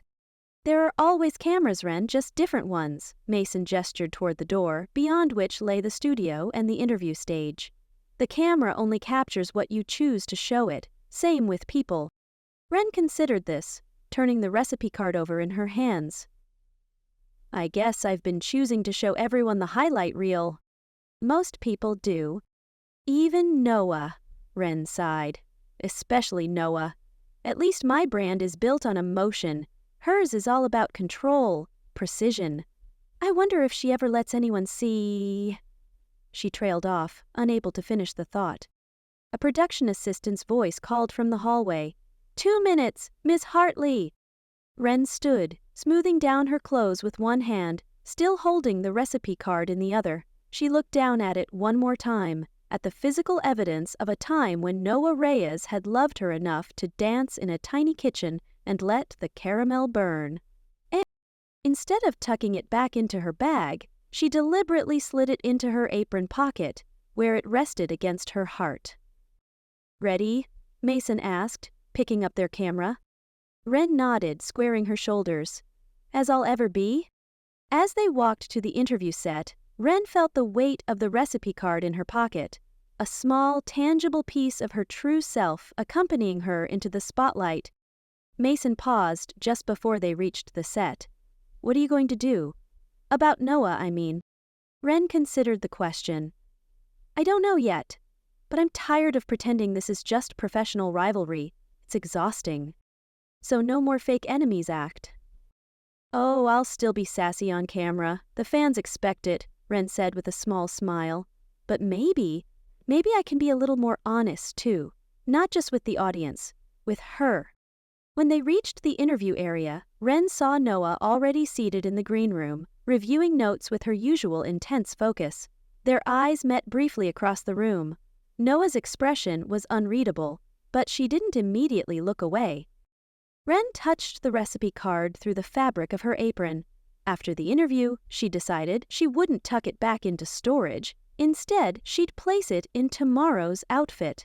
A small, private choice toward authenticity. It wasn't much, but it was a start. Chapter 6. Late Night Stir. Noah slipped into the darkened studio, the jangle of her keys echoing in the empty space. She'd changed out of her chef's jacket, now wearing just a simple black t-shirt that revealed the tattoo of her grandmother's handwriting trailing down her forearm. The knife design on her other arm caught the dim light as she moved through the shadows. The main lights had been shut off hours ago, with only the soft glow from the production area's exit signs providing any illumination. She exhaled heavily, her shoulders dropping with the release of tension she'd been carrying all day. Alone at last. This was why she'd come back after everyone left. To reclaim the space on her own terms, to think without an audience. As she rounded the corner to the kitchen set, Noah stopped abruptly, her body going rigid. There, perched casually on the counter like she belonged there, sat Ren. Still in her filming clothes but with her lavender hair loose around her shoulders, swirling wine in a glass with a practiced flick of her wrist. 2 leftover brulees sat on a plate beside her. The string lights from the Valentine's decorations cast a warm, intimate glow across the space, turning Ren's skin golden. Their eyes met, and neither spoke for a moment. Noah hesitated in the doorway, one hand still on the wall, ready to retreat. The smart thing would be to mutter an excuse and leave. This wasn't part of her plan. Ren broke the silence first. "I figured you'd come back." Her voice was softer than it had been all day, missing the performative edge. "You always did your best thinking in an empty kitchen." The familiarity of the observation caught Noah off guard, this casual knowing of her habits that no one else possessed, like Ren had kept a catalog of her quirks tucked away somewhere safe for 3 years. Noah stepped forward despite herself, drawn in by the gravity of shared history. "The producers let you stay?" she asked, her voice rougher than she intended. "Mason vouched for me." Ren held out a second glass of wine that had been waiting on the counter. "Said I was doing creative preparation for tomorrow." Noah accepted the glass after a moment's hesitation, careful to avoid letting their fingers touch. The wine was a deep red, something earthy and complex. Trust Ren to have brought the good stuff. They stood in awkward silence until Ren gestured to the brulee with her free hand. "Seems wrong to let it go to waste." Noah surprised herself by smiling slightly. "You just want to know if I still think your caramel is too dark." Ren's laugh was genuine, her eyes crinkling at the corners. "Maybe." They sat at the prep counter, facing each other across the surface where they'd cooked together hours earlier. Noah took a careful bite of the dessert, the crack of caramel audible in the quiet space. The taste hit her like a physical force. Bittersweet caramel melting into smooth custard, the flavor profile exactly as she remembered. Memories flooded back. Ren insisting on torching every single brulee herself, the way they'd argued over the ratio of vanilla to cardamom, how they'd fed each other the first successful batch in their tiny apartment kitchen. Noah had to close her eyes briefly against the rush of emotion. When she opened them, Ren was watching her intently, her spoon suspended halfway to her mouth. "Well?" Ren asked, her tone light but her eyes serious.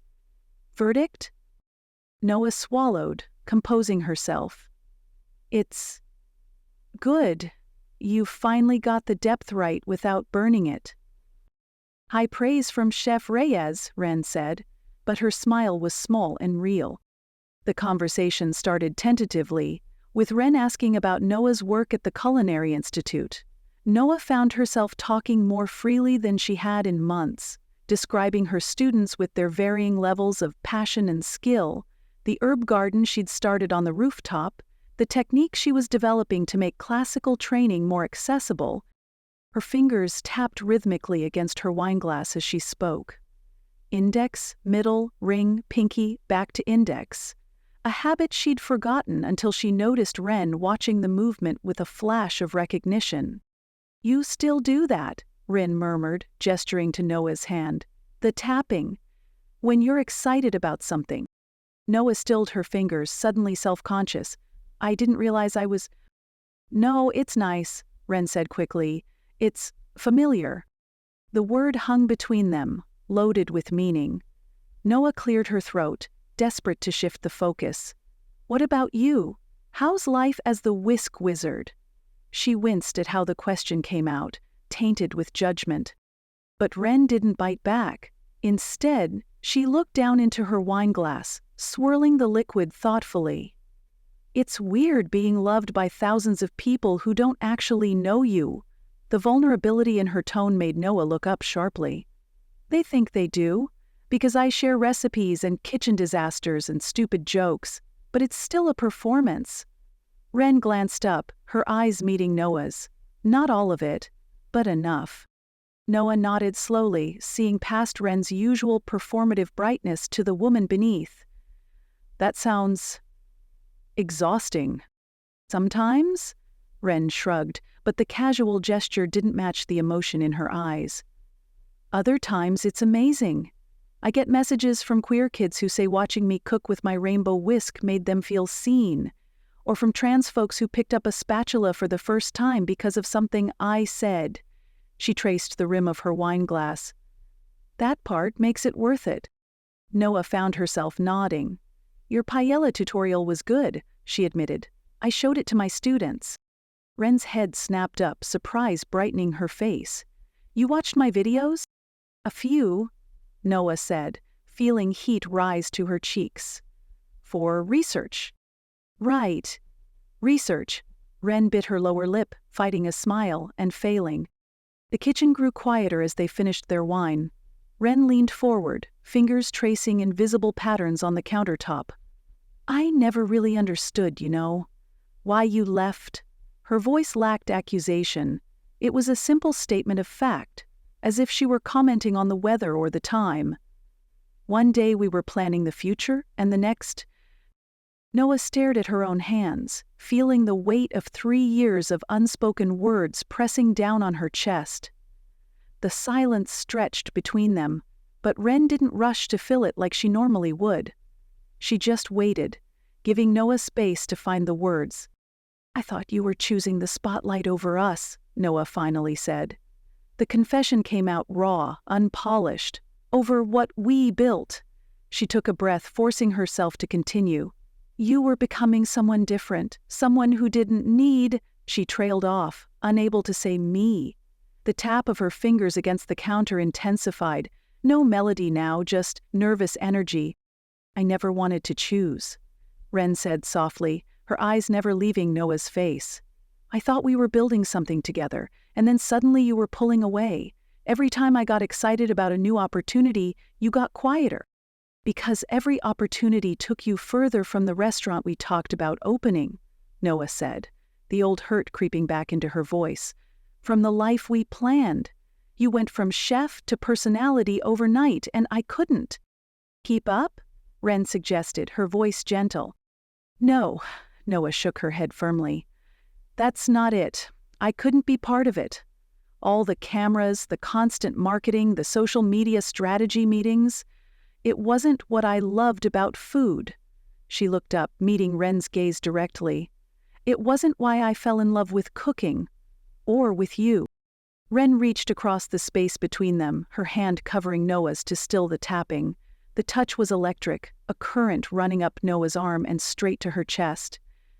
I never stopped loving food the way you taught me to, Ren said. The videos, the persona. That's just the wrapper. The core is still the same. Noah didn't pull away from the touch. Under the dim lights, with her guard down and her eyes soft with memory, Ren looked exactly like the woman Noah had fallen in love with. Not the polished personality, but the genuine, passionate chef who had once shared her dreams, who had danced with her in flour-dusted kitchens and kissed her with lips that tasted of the sauces they were developing. You could have told me you were struggling, Ren continued, her thumb tracing a small circle on the back of Noah's hand, instead of just disappearing. I tried, Noah whispered. You were so excited, so busy. The words never came out right. Neither was sure who moved first, but the distance between them closed. Noah found herself standing, leaning across the counter as Ren rose to meet her. Their first kiss after 3 years was tentative, questioning. A whisper of contact that carried the weight of everything unsaid. Noah's hand came up to touch Ren's cheek, an instinct her body remembered before her mind could object. Ren's skin was warm beneath her palm, and her lips were soft, tasting faintly of wine and caramel. The kiss deepened for a moment before they broke apart, both breathing unevenly. Noah didn't step back, didn't rebuild her walls. Instead, she rested her forehead against Ren's, her voice barely audible. I don't know what this means. Ren's breath was warm against her lips as she replied, Neither do I. Her hand came up to rest against Noah's, keeping it pressed to her cheek. But I've missed you.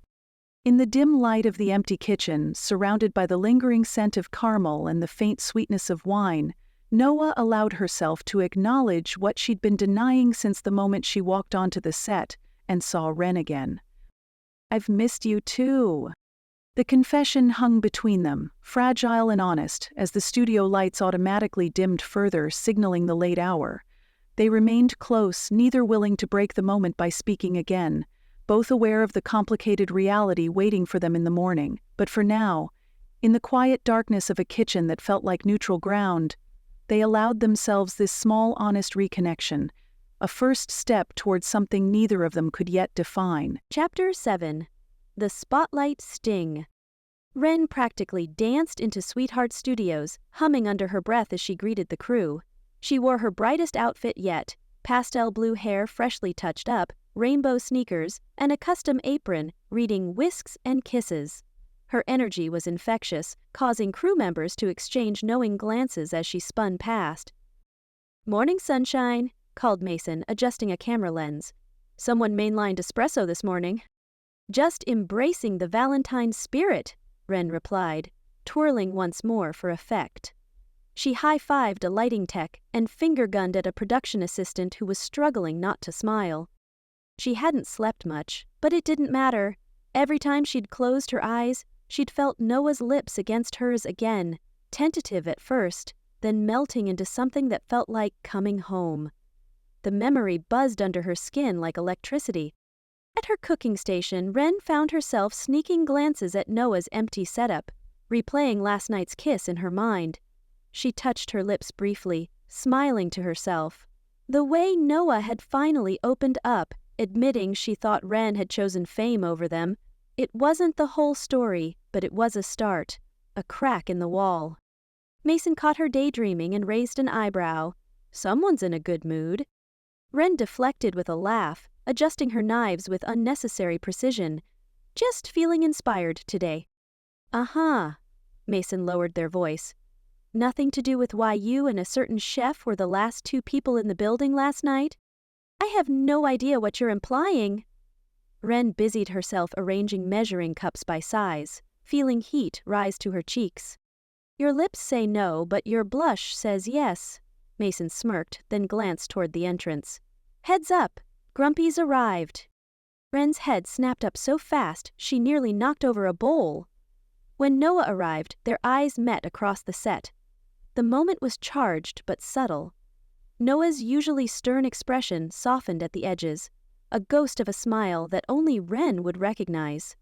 Ren's heart raced as Noah gave her a small nod before beginning her meticulous setup routine. "Whiskers," Ren whispered to her glitter-handled whisk. "I think we're making progress." Kestrel bounded over, tablet in hand and blue-streaked hair bobbing. "You two are trending again. That dessert segment yesterday? Fire!"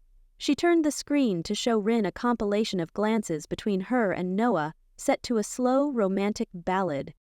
"That's creative editing," Rin managed, though her smile widened. "Is it, though?" Kestrel wiggled her eyebrows. "The internet's calling it sexual bruleocean." Ren snorted. "That's terrible." "Terribly accurate," Kestrel countered, then skipped off to harass someone else with her metrics. Gabby arrived at Noah's station, looking starstruck as always. Ren watched them interact. Noah precise in her instructions, Gabby nodding eagerly. Something squeezed in Ren's chest. There was such care in how Noah mentored the younger woman, a gentleness Ren remembered from their early days together. As the cameras prepared to roll, Simone swept onto the set in her signature black jumpsuit. "Looking radiant, Ren." "Noah, try not to scowl so much. We're selling romance, not murder mysteries." Her gaze flickered between them with calculated interest. "Today's theme is sweet heat. Aphrodisiac ingredients with a kick. Have fun with it." The cameras rolled, and Ren transformed. Her performance was electric. Her jokes landed perfectly. Her cooking demonstrations flowed with natural grace. And even her usual clumsiness seemed charming rather than chaotic. The cameras loved her, and she knew it.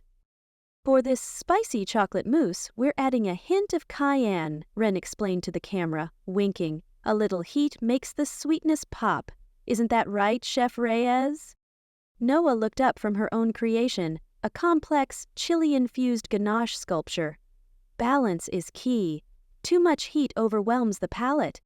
But not enough leaves you wanting more, Ren countered, the double meaning hanging between them.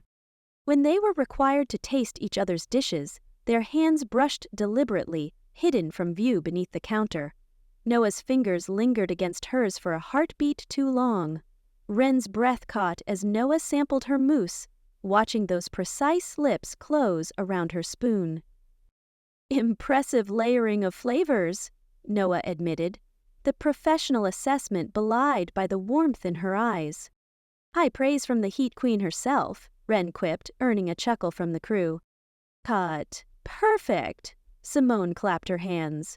That's exactly the energy we need. Take 15, everyone. As the crew dispersed, Ren caught Noah looking at her, that same softness from earlier visible for just a moment before she turned to help Gabi clean her station. Ren wanted to approach her, to find some excuse to continue their conversation from last night, but Simone materialized at her elbow. My office, 5 minutes. The tone suggested good news, and Ren practically skipped to the green room to touch up her makeup, convinced this day couldn't possibly get better. She found Kestrel there, editing footage on her laptop. You're on fire today, Kestrel said without looking up. The chemistry between you two is going to break the internet. Ren reapplied her lip gloss, unable to stop smiling. It feels good. Being back in a kitchen with her, I mean. Just being back in a kitchen, sure. Kestrel snorted. Not at all about the way she looks at you when she thinks no one's watching. Does she really? The question escaped before Ren could catch it. Kestrel finally looked up, her expression softening. Yeah, Ren, she does. Heart-fluttering, Ren made her way to Simone's office. The showrunner's space was sleek and modern, walls covered in framed network awards and ratings charts. Simone gestured for her to sit, then slid a folder across the desk. The network loves you, Ren. Social media engagement is through the roof. Ren beamed with pride as Simone continued. We want to offer you your own spin-off series, Whisking with Ren.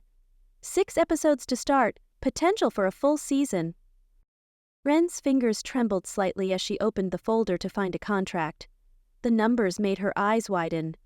More than she'd made in the last year of content creation. This is wow. You've got that special something. The camera adores you, and so does our audience. Simone leaned forward, her smile calculated. This Valentine special was just the beginning. We see you as the new face of accessible queer cooking content. Ren's excitement peaked as she scanned the contract, until she realized what was missing. What about Noah?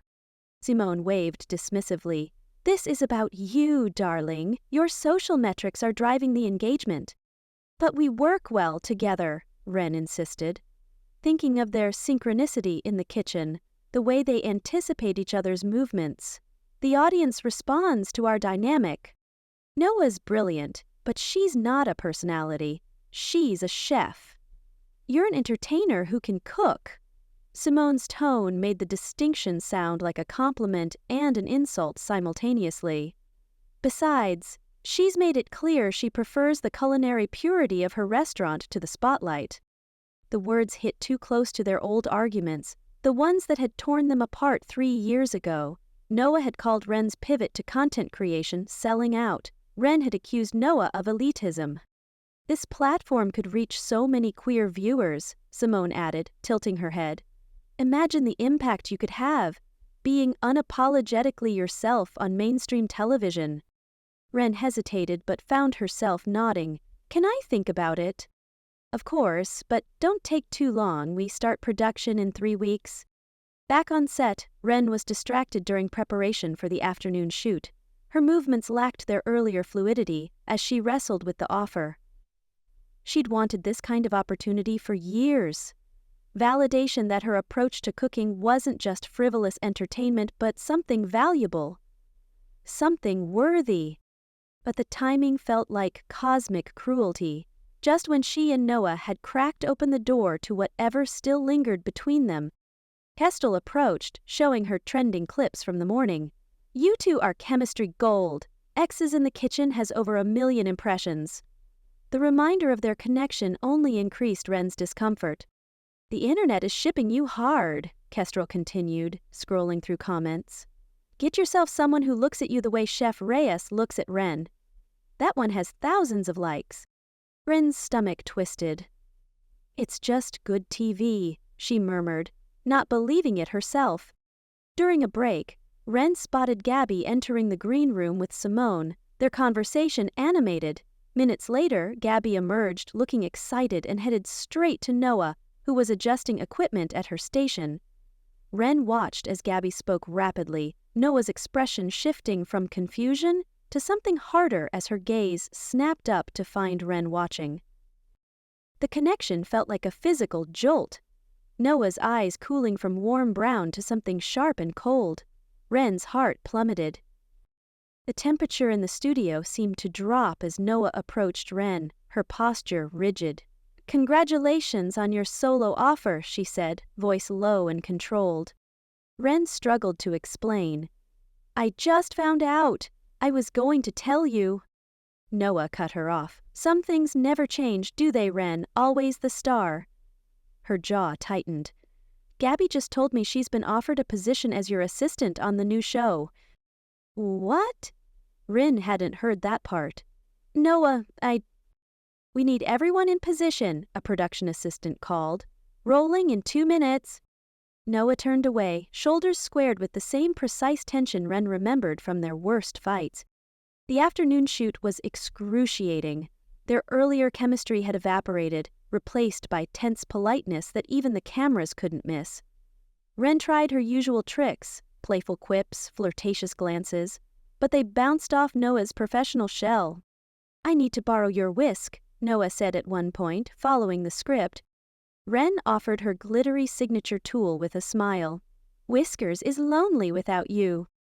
Noah deliberately reached past it for a standard metal whisk instead. "I prefer function over decoration." The rejection felt like a physical blow. Ren compensated with 2 bright smiles and forced jokes that fell flat. Mason kept shooting her concerned looks from behind the camera. Even Simone looked irritated, scribbling notes with sharp stabs of her pen. When they finally called cut, Rin felt hollowed out. Noah immediately headed for her knife roll, packing up with crisp efficiency.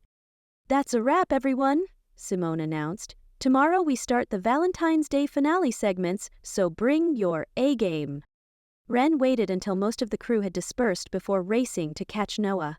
"Noah, wait, please!" They faced each other in the dim corridor outside the green room, other crew members tactfully giving them space. The fluorescent lights cast shadows under Noah's cheekbones, emphasizing the tight line of her mouth. "I didn't ask for a solo show," Ren began, her voice smaller than she'd intended. Noah's expression remained closed. "But you didn't say no either." The simplicity of the observation stung, because it was true. The contract sat in her bag, creased where she'd folded it hastily before returning to set. "It's complicated." Ren ran a hand through her blue hair. "You know how hard I've worked for this kind of opportunity." "I know exactly how hard you work, Ren. I was there, remember?" Noah adjusted her knife roll over her shoulder, the familiar gesture making Ren's chest ache. "I supported every one of your dreams, until those dreams didn't include me anymore." "That's not fair," Rin protested. "You're the one who walked away." "After you made it clear your followers mattered more than our relationship," Noah countered, voice tight. "After you turned our private life into content without even asking me." The old argument resurfaced, as bitter as it had been 3 years ago. Ren had posted a video cooking in their shared apartment, accidentally including Noah in the background. The video had gone viral, Ren's followers obsessing over her hot chef girlfriend. Noah had been furious about the invasion of privacy. "I made one mistake," Ren said. "One video I should have edited differently. You never forgave me." "It wasn't about the video. It was about you choosing that life, The followers, the constant performance, over what we were building together. Noah's voice softened dangerously. Last night was a mistake. We both got caught up in nostalgia. The words landed like a blow. Ren fought back sudden tears, refusing to let them fall. It didn't feel like nostalgia to me. For a moment, something flickered in Noah's eyes. Pain, maybe, or regret, before she shuddered it away. Take the show, Ren. It's what you've always wanted. As Noah walked away, Ren stood frozen, the contract in her bag feeling suddenly heavy, the taste of last night's kiss turning bitter in her memory.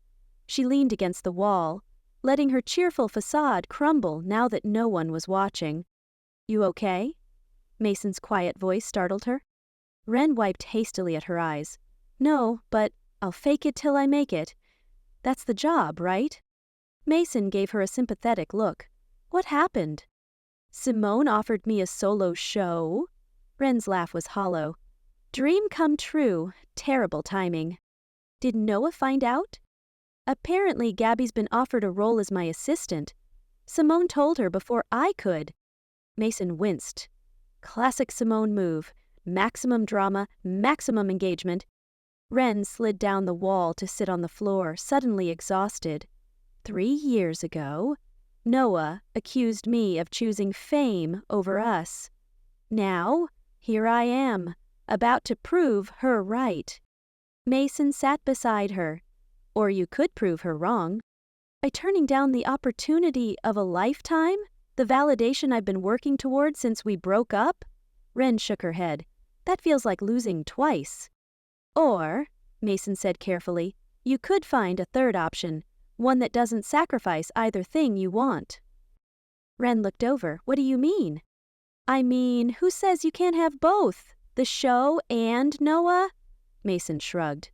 If you want her, fight for her, but not by dimming your own light. That never works.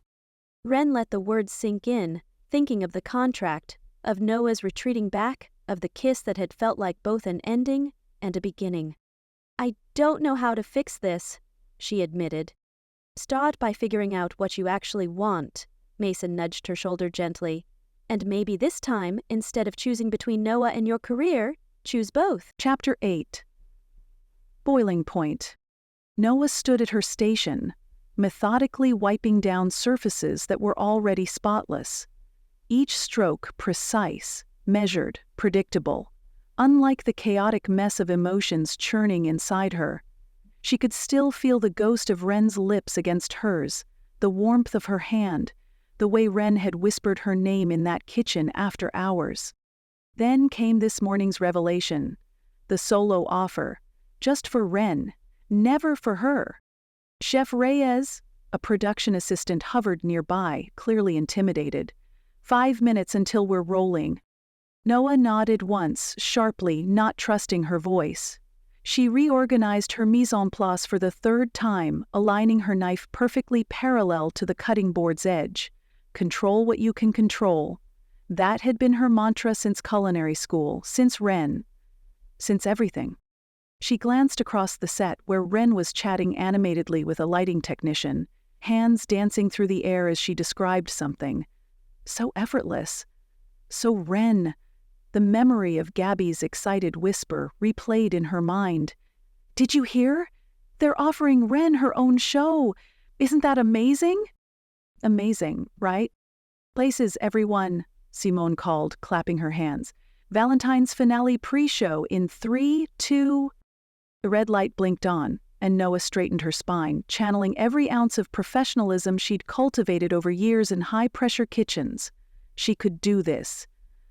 She could stand 10 feet from the woman who had just kissed her senseless last night and was now planning her solo career. Again. Welcome back to Sweetheart Kitchen. Ren's voice was sunshine personified, her smile dazzling under the studio lights. Today we're tackling the ultimate Valentine's showstopper desserts. Noah nodded along, offering the camera a tight smile that probably looked more like a grimace. When the host turned to her, microphone extended, she delivered her lines with mechanical precision. Chef Reyes, your raspberry chocolate entremet has become legendary in culinary circles. What inspired such an intricate technique? Noah cleared her throat. Precision and patience. Good technique always yields consistent results. Her words came out colder than she'd intended, clipped and professional. Not your romantic side? The host teased, clearly fishing for something more camera-friendly. The chemistry is in the emulsion, not the execution, Noah replied flatly.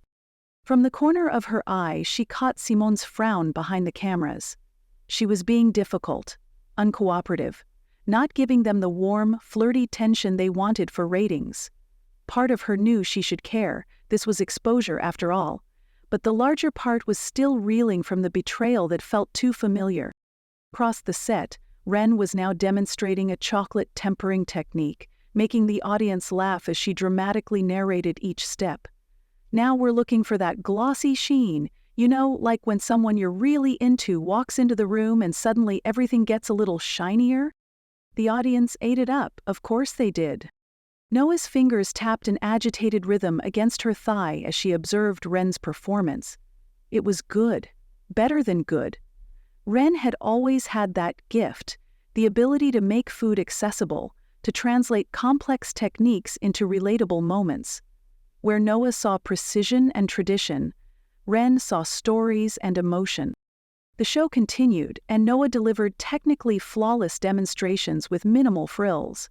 No stories about her grandmother's kitchen, no jokes about dating disasters leading to culinary triumphs, just clean, efficient cooking, the antithesis of Ren's approach. But as she worked, her eyes kept drifting to Ren's station. There was something unsettling about watching her now, seeing the easy slip between genuine emotion and performance. When Ren laughed at a producer's joke, was that real? When she got misty-eyed describing a family recipe, was that authentic? When she'd kissed Noah last night in that darkened kitchen, had that been Chef Reyes? The host's voice broke through her thoughts. Would you like to taste Chef Hartley's creation? Noah blinked, realizing she'd missed a cue. Of course, she said stiffly, accepting the small plate. Ren had made a delicate passion fruit mousse with crystallized rose petals. Beautiful, whimsical, perfectly on brand. Noah took a careful bite. The flavors were impeccable. Tart yet sweet, complex but approachable, just like Ren herself. Your thoughts, chef? The host prompted when Noah remained silent. Good balance, Noah managed, setting down her spoon. The acidity cuts through the sweetness effectively. Ren's smile faltered slightly. 3 years ago, she would have known exactly what that meager praise meant coming from Noah, that the dish was exceptional. But now, doubt clouded her expression. And that's a wrap on segment 3, Simon called. 10-minute break, then final tasting reactions, people. Noah immediately removed her mic pack, handing it to the nearest tech without a word. She needed space. Air. Something other than the suffocating awareness of Ren's presence and the phantom sensation of that kiss that apparently meant nothing more than good television. She stalked toward the green room, pushing the door open with more force than necessary, and froze. Ren was already there, perched on the worn leather couch, scrolling through her phone. She looked up, surprise registering on her face before she masked it with a neutral expression. For a split second, Noah considered backing out, finding somewhere else to decompress, but retreat felt too much like surrender. She stepped inside and closed the door firmly behind her. The silence between them crackled with tension as Noah crossed to the small refrigerator, pulling out a water bottle mostly to have something to do with her hands. The cap twisted off with a satisfying crack.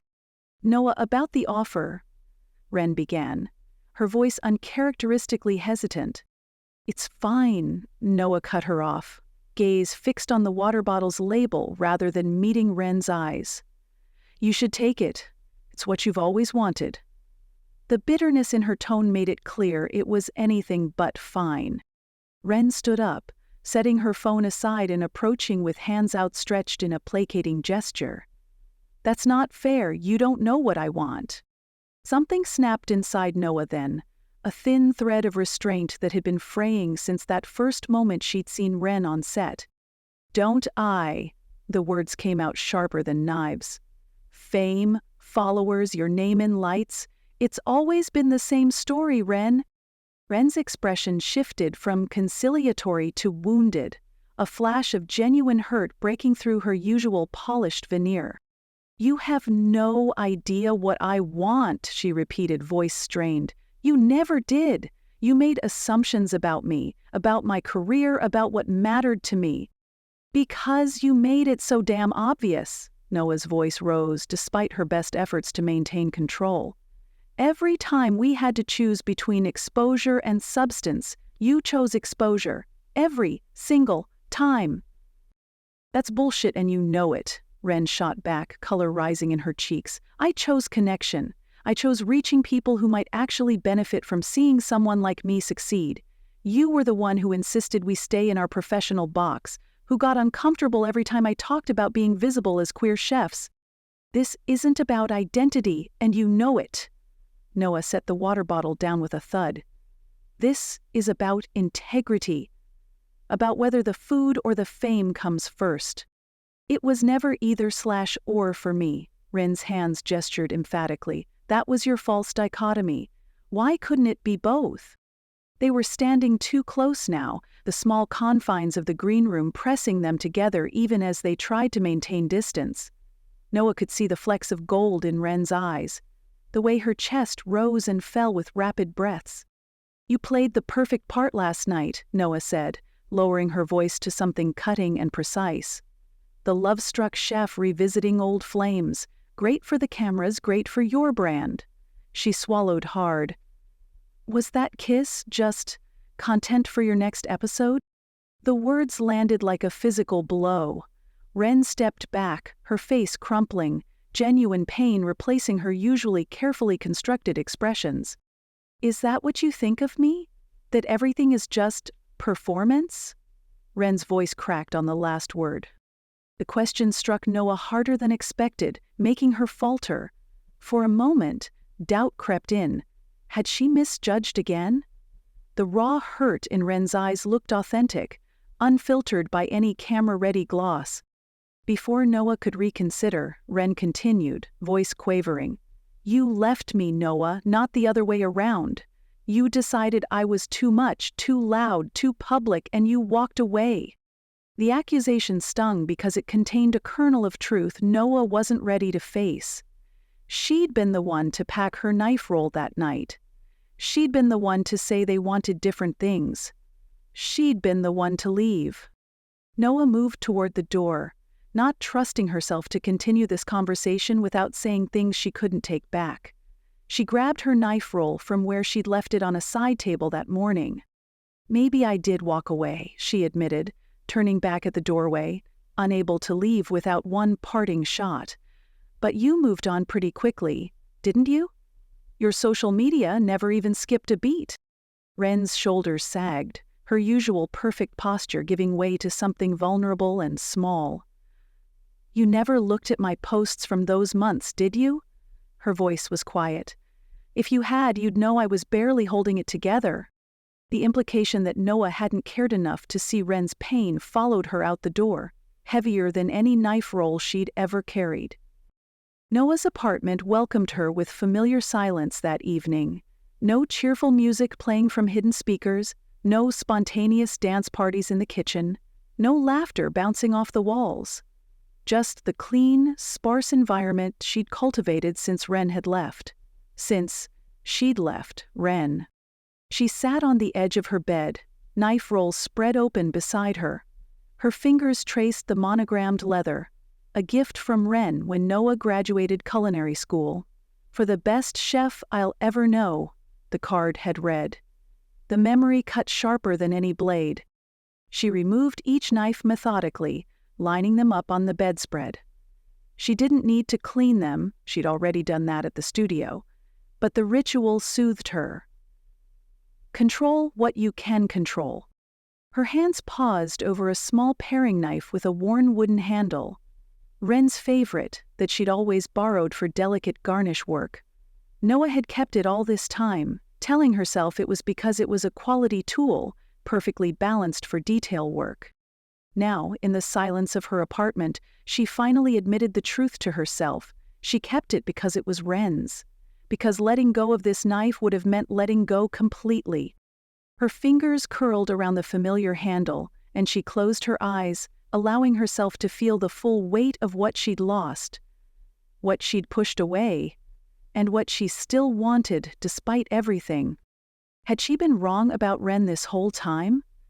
The doubt crept in, unwelcome but persistent. She thought of Ren's words, "You never looked at my posts from those months." It was true. She'd deliberately avoided Ren's social media after their breakup, assuming it would be filled with the same bright, curated content as always. But what if it hadn't been? Noah reached for her phone before she could talk herself out of it. A few clicks brought up Ren's profile. Still followed by hundreds of thousands, she scrolled back through 3 years of posts, until she reached the time of their breakup. The first post after their fight was a simple photo of a plain white plate.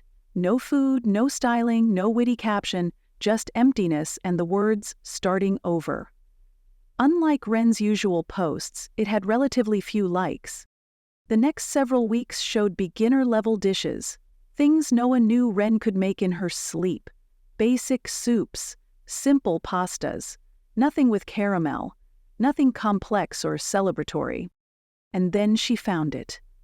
A video posted exactly 1 month after they'd broken up. Ren, in their old apartment, looking tired and smaller somehow, whisking something in a copper pot. The caption read only, "Some techniques you never forget, even when you wish you could." Noah hit play. The video showed Ren making caramel, their caramel, the base for Noah's kiss. Her hands working with mechanical precision while her face revealed nothing, but in the video's final seconds the camera caught a single tear falling into the copper pot just as Ren whispered, "Damn it." The video cut off abruptly, as if Ren had just realized what she was recording. A tear of Noah's own fell onto the polished steel of the paring knife in her hand. And she didn't wipe it away. All this time she'd convinced herself that Ren had moved on instantly, that fame and followers had filled whatever gap Noah had left. She'd used that belief to justify her anger, to protect herself from the possibility that she'd made a terrible mistake. But the evidence on her screen told a different story. Noah set the paring knife down carefully and covered her face with her hands. She'd been so determined to see performance in everything Ren did that she'd missed the genuine pain underneath. She'd been so afraid of being just another chapter in Ren's public story that she'd refused to see how much of that story had been shaped by their love. And now Ren had another solo offer, another chance at the spotlight Noah had always insisted she wanted more than anything else. More than them. The knife roll lay open beside her, tools perfectly arranged, everything in its place except for the one person who had always brought chaos and light into her ordered world. Noah picked up her phone again, staring at that old video of Ren making their caramel. Her thumb hovered over the message icon, hesitating. What could she possibly say after today's fight? After 3 years of silence and assumptions? She set the phone down. Some cuts couldn't be healed with a text message. Some techniques, like trust, like forgiveness, needed to be practiced in person, with all the mess and risk that entailed. Tomorrow she would face Ren without the armor of righteousness she'd been hiding behind. Tomorrow she would listen instead of judge. Tomorrow, maybe, she would finally learn whether what they'd shared in that late-night kitchen had been real, or just another perfectly executed performance. Chapter 9. The Rooftop Confession. Ren paced the green room, her hair disheveled from running her hands through it repeatedly. The periwinkle strands stuck out at odd angles, a physical manifestation of her internal chaos. Her usual polish had abandoned her, makeup slightly smudged beneath tired eyes. Her cheeks flushed not with performance blush, but with genuine agitation. No camera-ready smile graced her features as she clutched her glitter-handled whisk in one hand and a small, carefully packed container in the other. She kept rehearsing words under her breath, different versions of the same thing, but none of them sounded right. "Noah, listen," Ren muttered, then shook her head. "I should have told you about the offer immediately, but—" Too defensive. "I never meant to hurt." Too cliché. The thing is, God, that was even worse. She stopped pacing to stare at her reflection in the small vanity mirror. The woman looking back wasn't the whisk wizard with thousands of followers and carefully curated content. She was just Ren. Nervous, messy, and running out of chances to fix the one relationship that had ever really mattered. Kestrel poked her head through the doorway, her bright teal hair a shock against the muted green walls. "Camera call in 20. Ren nodded distractedly, then asked, "Have you seen Noah?" "Not for like an hour." Kestrel's eyes brightened with mischief. "The hashtag is trending again after yesterday's blow-up, by the way. The conspiracy theories are wild. Half the internet thinks you're secretly married." Kestrel. "I'm just saying, whatever's happening, the audience is eating it up." She wiggled her eyebrows meaningfully before disappearing again. Ren sighed heavily. Of course they were. The viewers didn't know they were watching real heartbreak play out under studio lights. They couldn't see that beneath the performance and the banter was the wreckage of something that had once been beautiful. She couldn't blame them. She'd built a career on making everything look effortless and joyful, even when it wasn't. After checking the main areas, the test kitchen, the staging area, even Noah's dressing room, Ren felt her hopes fading. Maybe Noah had just left. Maybe she'd decided this mess wasn't worth salvaging. Mason caught her eye from across the hallway, their camera temporarily set down as they watched her obvious distress. "Looking for Chef Hardass?" they asked, using the nickname the crew had bestowed on Noah. "That obvious?" Ren asked. "Only to everyone with eyes." Mason's voice gentled. "Try the roof. There's a staircase behind the prop storage area. She went up about 40 minutes ago." Ren blinked. "There's a roof access?" "There's a little herb garden up there. Production uses it for some of the show ingredients," Mason shrugged. "It's quiet. Good place to think." Ren squeezed Mason's arm in silent thanks and made her way through the labyrinth of corridors. She found the narrow staircase Mason had mentioned, climbing steps that seemed designed for someone much smaller than her 5'9" frame. The door at the top was heavy but yielded with a push, letting in a wash of late afternoon sunlight that momentarily blinded her. She paused at the doorway, breath catching at the sight that greeted her. Noah sat alone on a simple wooden bench, surrounded by potted herbs and miniature vegetable plants. She'd removed her signature black bandana, allowing the slight breeze to ruffle her short dark hair. Something about seeing Noah without her professional armor made Ren's heart clench. Noah looked up at the sound of the door, her expression instantly guarded but lacking yesterday's raw anger. The rooftop was bathed in golden light that softened everything it touched, the edges of terracotta pots, the silvery underside of sage leaves, the space between them that had felt uncrossable for so long. The garden was small but lush. Rosemary, basil, mint, and thyme created a fragrant oasis that mingled with the city air. Noah didn't speak, didn't welcome her, but she didn't leave either. Ren took it as permission enough. She stepped closer, holding out her glitter whisk like some ridiculous olive branch. "Whiskers wanted to apologize for defecting to your side the other day." The joke fell flat, landing in the space between them with an almost audible thud. Ren winced internally. This wasn't a live stream. Noah wasn't her audience.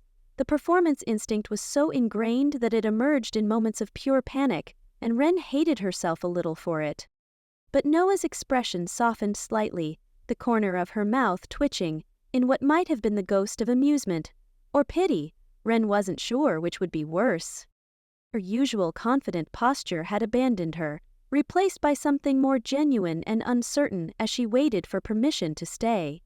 The silence stretched between them, punctuated only by the distant sounds of traffic below and the rustling of herbs in the breeze.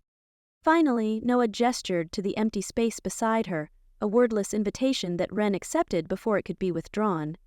She sat carefully, leaving enough space that they wouldn't accidentally touch. She set the whisk down between them, a ridiculous glittery barrier, and placed the small container on her lap. "I looked for you downstairs," Ren said, her voice softer than usual. "I didn't know this place existed." Noah shrugged. "Simone showed me on the first day. Said I could use it whenever I needed to clear my head." She paused. "I've been up here a lot this week." The admission hung between them, heavy with implication. Ren nodded, uncertain how to navigate this version of Noah. Not the furious woman from yesterday, nor the passionate chef who'd kissed her in the empty kitchen, but someone quieter, more contained. Ren opened the small container, revealing a dessert, not one they'd showcased on camera or mentioned in any segment. This was Midnight Mistake, a peculiar fusion dessert they'd created during their pop-up restaurant days, thrown together at 2 a.m. after a catering disaster. Ingredients combined in sleep-deprived desperation had somehow resulted in something perfect. Graham cracker crust, miso-infused caramel, black sesame cream, and a sprinkle of flaky salt. Noah stared at the dessert, recognition flickering across her features. For a moment, Ren could see the calculation behind her eyes, probably counting backward to realize Ren must have made this at dawn, hours before call time. "You remember how to make this?" Noah's question was quiet, almost vulnerable. Ren nodded, offering a small spoon from her apron pocket. "Some recipes you don't forget, no matter how hard you try." The double meaning hung between them as Noah accepted the spoon, their fingers brushing momentarily. The brief contact sent a familiar charge up Ren's arm, and she wondered if Noah felt it too. As Noah tasted the dessert, her eyes closed briefly. Ren recognized the expression, a chef appreciating flavors before the emotions attached to them could hit. 3 years apart hadn't dulled her ability to read Noah's micro-expressions. The slight furrow between her brows that meant she was cataloging texture. The tiny lift at the corner of her mouth that signaled approval. When Noah looked at Ren again, her guard had lowered further. Something unspoken passed between them, carried on the scent of herbs and caramel. Ren began speaking, words finally flowing naturally after hours of failed rehearsal. "I turned down the solo show this morning." Noah's surprise was evident, eyebrows lifting, spoon pausing halfway to her mouth. "Before you say anything," Ren continued quickly, "I didn't do it because of our fight yesterday. Or not only because of that," she took a breath. "It felt wrong, like I'd be leaving something unfinished, again." Noah set the spoon down carefully. "You don't owe me career decisions, Ren." "I know." Ren moved to the edge of the bench, looking out over the cityscape rather than directly at Noah. It was easier somehow, finding courage in the slight distance. "I need to tell you something I should have said years ago." She took a deep breath, fingers fidgeting with the plastic container lid, turning it over and over. "I was scared back then, terrified actually." The admission felt like pulling a splinter from deep under skin, painful but necessary. "Everyone wanted pieces of me after that first video went viral, the restaurant, the investors, the followers, and I didn't know how to say no without losing everything we'd worked for." The memory of that time swept over her, the exhaustion of working restaurant shifts while building an online presence, the pressure to be perfect in both worlds, the growing distance between her and Noah as their visions diverged. Turning to face Noah, Rin dropped the performance quality that usually colored her expressions. No camera-ready smile, no careful angling of her face to catch the light just so, just raw, unfiltered emotion. "When you left, I thought it meant you didn't believe in me anymore. In us." Her voice cracked slightly on the last word. "So I threw myself into becoming what everyone wanted. If I was going to lose you, at least I wouldn't lose everything." Noah's fingers had stopped their nervous tapping against the bench, her full attention on Ren's words. The silence felt different now. Not tense, but heavy with possibility. "You know the worst part?" Ren laughed softly, but there was no humor in it. "I succeeded beyond my wildest dreams, and all I could think was how much I wished you were there to see it, to be part of it." She shook her head.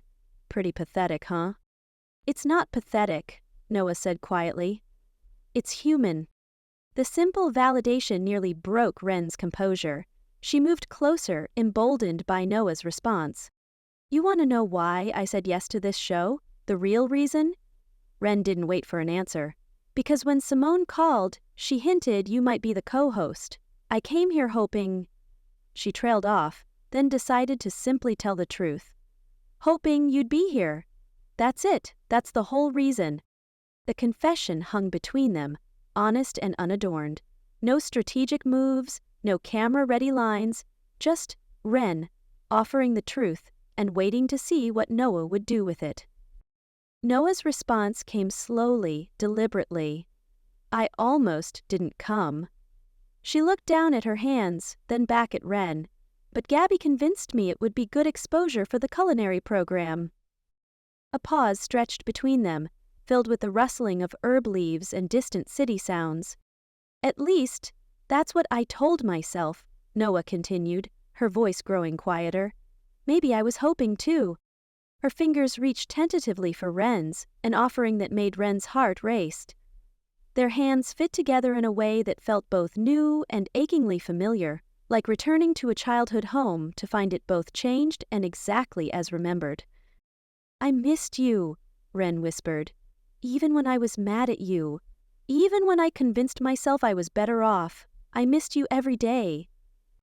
Noah's thumb brushed over Ren's knuckles. I watched every video, she admitted. I told myself it was professional research, keeping up with trends. A small, self-deprecating smile curved her lips. I had notifications turned on. The confession, so small, yet so significant, broke something open in Ren's chest. All this time, while she'd been performing for an invisible audience, trying to prove something, Noah had been there, watching, caring, despite everything.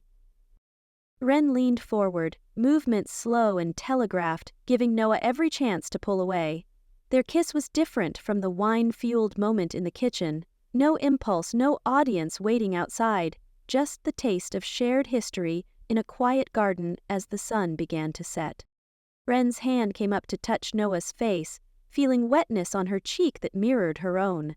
The caramel sweetness lingered between them, a reminder of midnight creativity and dawn possibility.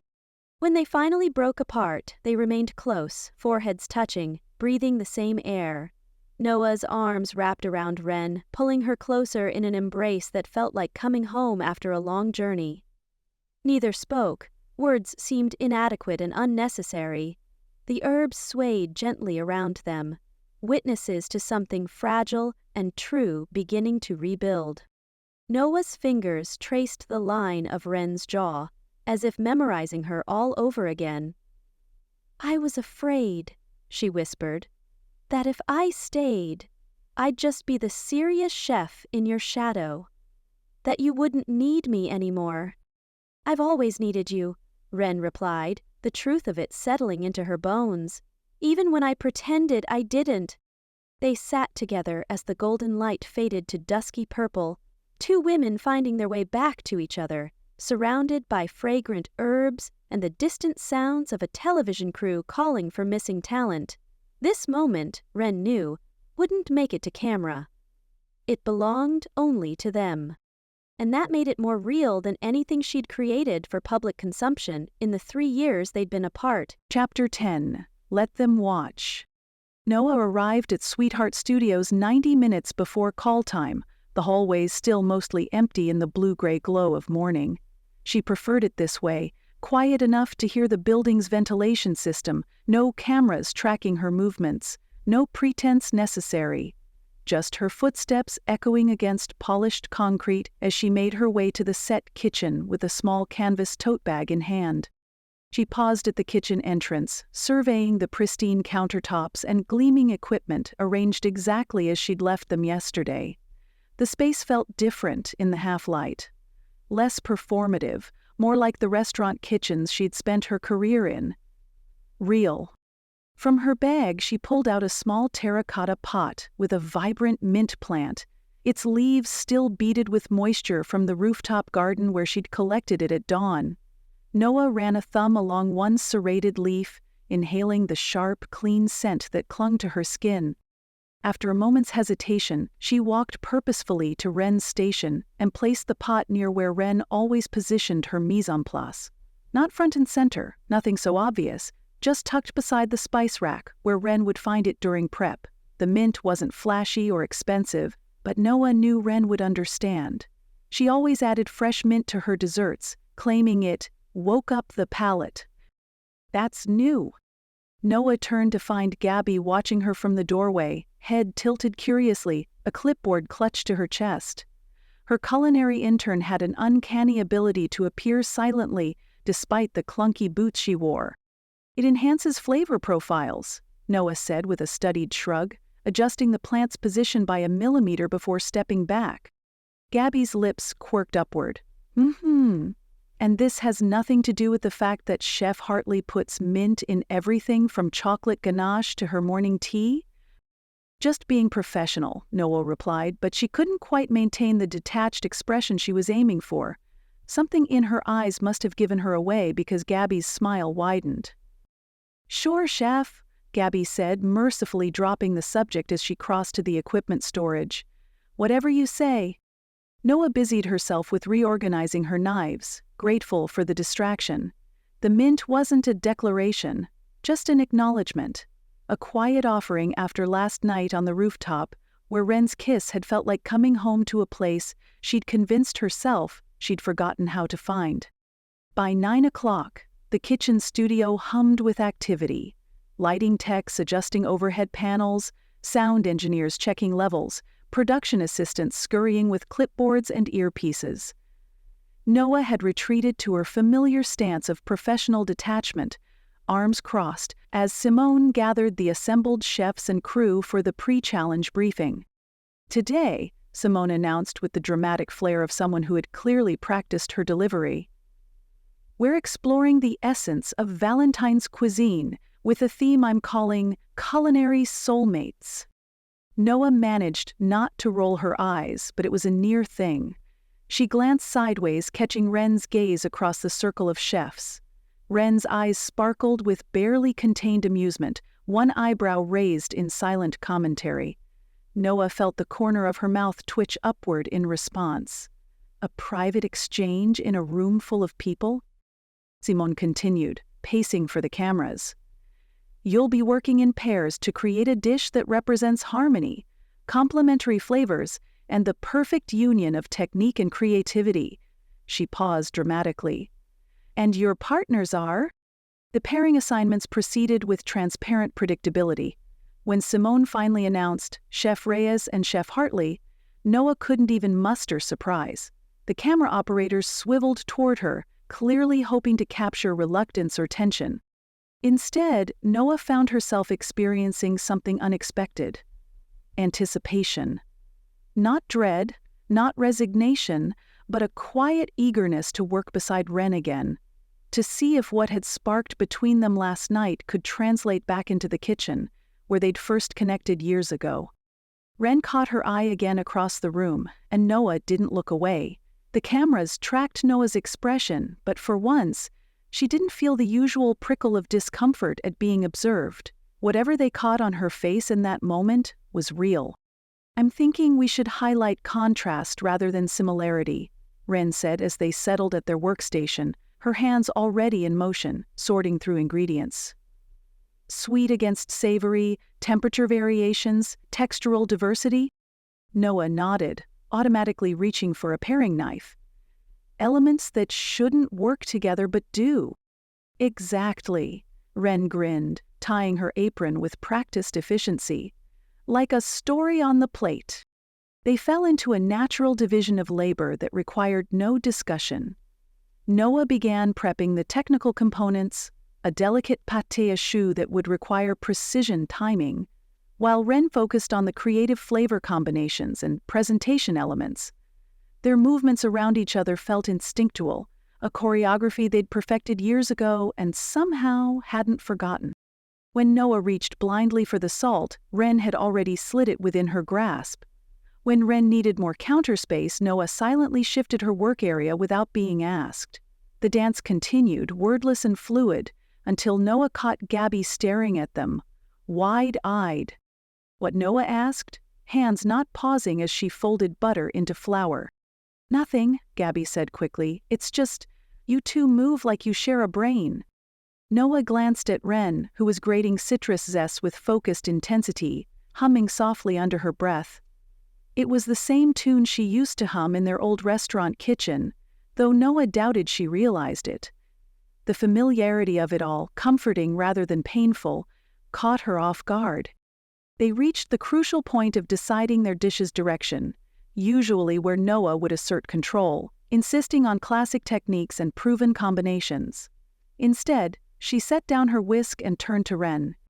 "What are you thinking?" she asked, the question genuine and free of judgment. A brief silence fell around them. Mason, adjusting his camera angle nearby, froze. Kestrel, who had been typing frantically on her tablet, looked up with dramatic slowness. Even Simone paused mid-instruction, to an assistant. Ren's expression shifted from surprise to something softer, more private. Not her camera-ready smile, but the real one. Slightly asymmetrical, crinkling at the corners. "I'm thinking a study in opposites," she said quietly. "Your technical foundation with unexpected flavor twists. Something that makes people rethink what goes together." Noah nodded thoughtfully, ignoring their audience. "I like that," she gestured toward the pantry. "Show me what you're imagining." The real test came during preparation, when Ren reached for an ingredient Noah hadn't anticipated, star anise, to infuse the caramel sauce meant for their dessert course. 3 years ago, Noah would have vetoed it immediately, arguing that it would overpower the delicate pastry she was crafting. Today, she watched Ren toast the spice until it released its aroma, then steep it in the warm cream. When Ren held out a tasting spoon, Noah accepted it, letting the flavor develop on her palate. Sweet warmth with an unexpected licorice complexity that should have clashed with their dessert but somehow elevated it instead. "That works," she said simply. Beside them, Gabby fumbled the bowl she was holding, nearly dropping it before recovering. "Sorry," she muttered when Noah glanced her way, but her expression clearly said, "Who are you, and what have you done with Chef Reyes?" Noah ignored her, turning back to the pastry shells cooling on the rack. She was still herself, still detail-oriented, still focused on technical excellence, but the rigid need to control every element had somehow loosened. Working with Ren again felt like slipping back into a language she'd stopped speaking but had never truly forgotten. As they approached the final plating stage, Noah watched Ren arrange edible flowers in the vibrant, colorful style that had become her trademark on social media. Bold purples against yellows, scattered with green herbs and dusted with gold. Beautiful, but worlds away from Noah's preference for clean, minimalist presentation. Noah hesitated, spatula in hand, her instinct to rein in the exuberance warring with her desire to maintain their unexpected harmony. Ren must have sensed her tension, because she paused, looking up questioningly. "Too much?" Ren asked, a flicker of the old wariness crossing her features. "No," Noah said after a moment, "just thinking." She set down the spatula and moved closer to the plate. "What if we combine approaches? Your colors, my structure, something with more intention?" The word hung between them, layered with meaning beyond cuisine. Ren's face brightened. "Show me." Together they reworked the plating, Ren's vibrant components arranged with Noah's architectural precision. The result was striking, neither minimalist nor chaotic, but something new altogether. Noah stepped back, allowing herself to admire their creation. "It's better than either of us would have done alone," Ren said softly, echoing Noah's thoughts. Between takes, as they waited for the other teams to complete their preparations, Gabi sidled up to Noah with her phone extended. "You're trending," she said, sounding both impressed and amused. "Like, seriously trending. Kestrel's been posting behind-the-scenes clips all morning." Noah stiffened, her reflexive discomfort with public attention rising to the surface. "Great," she muttered dryly. "No, you don't understand," Gabi insisted, scrolling through the feed. "They're calling you to kitchen goals and culinary power couple and all sorts of cute hashtags. People are loving it." Noah expected to feel irritated, but as she glanced across the set where Ren was talking animatedly with Mason, hands gesturing in wide arcs the way they always did when she was excited about something, Noah found herself less bothered than she would have been even days ago. Ren caught her looking and offered a small, questioning smile. "Everything okay?" And Noah nodded slightly in response. The wordless check-in felt natural, like muscle memory. "Doesn't matter what they're saying," Noah told Gabi, but without the sharp edge that would have accompanied those words previously. "We've got a dish to finish." The final plating was an exercise in focused synchronicity. Noah piped delicate choux pastry while Ren added the anise-infused caramel and edible flowers. Their hands moved in concert, occasionally brushing against each other, no longer awkward or tense but comfortably familiar. "Just like Michelin night," Ren murmured as she placed the final garnish, referencing their first major review as co-chefs at the restaurant they'd built together. Noah looked at their creation, then at Renchek's. Flushed from the kitchen heat, a smudge of gold dust on her temple, eyes bright with concentration, something shifted into place inside her. "Better," she said quietly, surprising herself with the candor. Ren's hands stilled and her gaze lifted to meet Noah's. For a suspended moment it was just them in the crowded kitchen, everything else falling away. The timer's shrill beep shattered the moment. "Time's up! Hands off the plates!" Simone called. Their presentation to the judges flowed with the same natural rhythm as their cooking. Noah, typically reticent during critiques, found herself adding details to Ren's explanations, their descriptions weaving together as seamlessly as their techniques had. "The pastry represents structure and tradition," Noah explained, "while the filling introduces unexpected elements. Like how sometimes the best combinations are the ones you don't see coming," Ren finished, her shoulder lightly touching Noah's as they stood side by side. The lead judge, a renowned pastry chef, took a bite and closed her eyes in appreciation. "The balance is remarkable," she said. "Neither element overpowers the other, they enhance each other. This is genuinely harmonious work." When all three judges echoed the praise, Ren's hand found Noah's behind their backs. A quick squeeze of shared triumph. Noah didn't pull away. Instead, she found herself returning the pressure, their fingers intertwining briefly before separating as they stepped back from the judging table.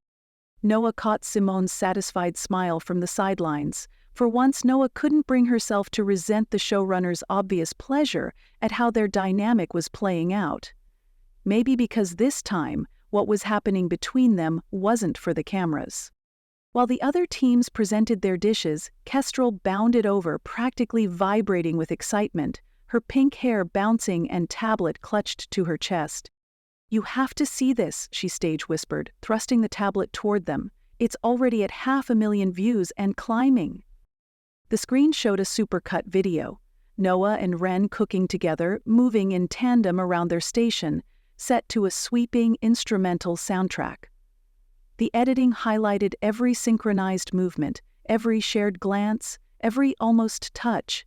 Lingering shots of Noah watching Ren work, Ren's smile when Noah approved her flavors, their hands nearly touching as they passed ingredients back and forth. It ended with a rare moment Noah hadn't realized was captured, her full, unguarded smile as Ren said something off-mic that made her laugh. "I told you," Kestrel said triumphantly, "the internet is fully invested in your reunion tour. Culinary Soulmates is literally #1 trending right now." Noah watched the video, expecting to feel uncomfortable or manipulated. Instead, she felt a strange sense of recognition. Not at the romantic music or the dramatic editing, but at the core truth it captured. This was how they had been before everything fell apart. Not the social media version or the professional facade, but this, two people who moved like they were reading each other's minds. She glanced at Ren, who wasn't watching the screen at all. Instead, Ren was watching Noah's reaction, her expression questioning and hopeful. "Well?" Ren asked softly. Before Noah could answer, Simone called for their attention as she prepared to announce the challenge winners. And the winners of our Culinary Soulmates Challenge, with a unanimous decision from our judges, are Chef Reyes and Chef Hartley. The announcement felt anticlimactic to Noah. Winning had never been in question, not when they'd created something that genuinely reflected both of them, better together than they were apart. As the crew dispersed for a break before the next segment, Noah and Ren remained at their station, methodically cleaning up. The studio gradually emptied around them, voices fading as people stepped out for coffee or fresh air. Noah found herself pulling out her phone, locating Kestrel's video again and watching it with quiet focus. The elements of performance were there, the dramatic music, the slow-motion effects, but beneath that was something authentic that even Kestrel's editing couldn't manufacture. Checking out the competition. Noah looked up to find Ren watching her, a dish towel in hand and a tentative smile playing at the corners of her mouth. "No," Noah said simply, setting down her phone, "just seeing what everyone else sees." Ren tilted her head, pausing and wiping down the counter. "And what's that?" Noah held her gaze for a long moment. Then she deliberately set down her knife, closed the distance between them, and did what she'd been wanting to do since they'd created their dish together. She cupped Ren's face in her hands and kissed her. Not a tentative kiss like on the rooftop, but something certain and clear. Ren responded instantly, the dish towel dropping forgotten as her hands found Noah's waist. The kiss deepened, and Noah distantly registered several lingering crew members erupting into spontaneous applause and whistles. For once, she didn't mind the audience. Let them see. Let everyone see. When they finally broke apart, Ren's eyes were shining. "I guess we really are culinary soulmates," she whispered, "just for Noah." Noah brushed a strand of lavender hair from Ren's face. "I think we might be more than that," she said softly, and kissed her again. Chapter 11. Burnt Sugar and Second Chances. Ren slipped into the set kitchen, her heart beating a rhythm that had nothing to do with the camera-ready persona she'd perfected over years of being on. The after-hours kitchen felt almost sacred, all the bright, unforgiving studio lights dimmed to a gentle glow that softened the stainless steel edges and turned the familiar workspace intimate.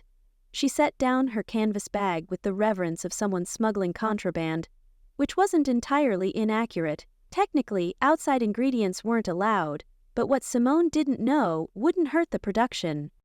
"Just us tonight," she whispered to the empty room, unpacking her treasures like a ritual. Organic flour from the little mill near her apartment, vanilla beans she'd splurged on last farmer's market, sugar that still carried hints of molasses. The ingredients for something simple but loaded with intention, something that spoke their language. She pulled her hair free from its production-perfect ponytail, letting the soft waves of lavender fall around her face. The color had been toned down from its usual electric brightness, a small concession to the person she became when cameras weren't rolling. Humming softly, she lined up measuring cups with the precision that had become second nature. The quiet click of the door made her look up, and there was Noah, silhouetted against the hallway light. Ren's pulse quickened, but the smile that found her lips wasn't the dazzling one she flashed for her Stir Squad followers. This one felt small, private, a little uncertain around the edges. "I thought we could practice for tomorrow," she said, both of them knowing full well this had nothing to do with rehearsal and everything to do with the gravity between them, stronger now than ever, pulling them into the same orbit after years of carefully maintained distance. Noah said nothing at first, setting down her knife roll with deliberate care. The muted thud of leather against countertop punctuated the silence. She crossed to the sink, running water over her hands in the familiar ritual Ren had watched thousands of times in another life, back when they'd shared a kitchen, a bed, a future.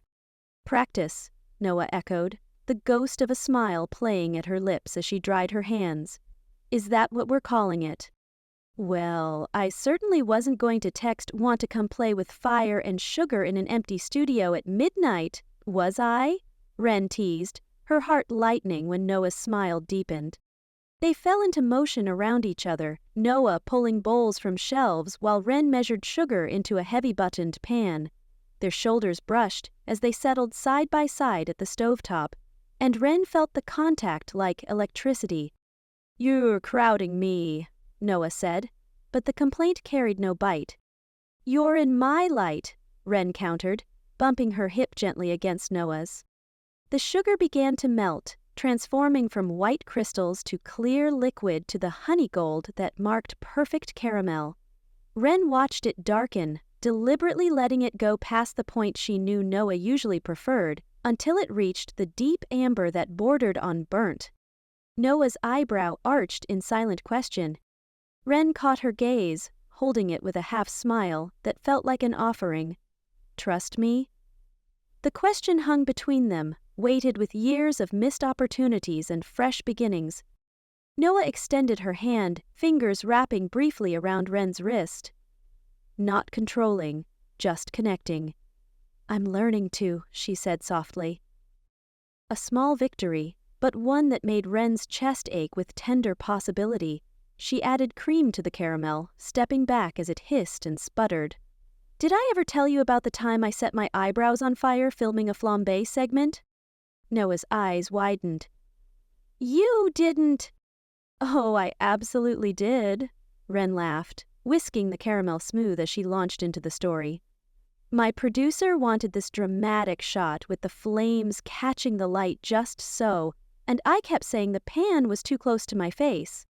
She continued talking as they worked, stories spilling out one after another.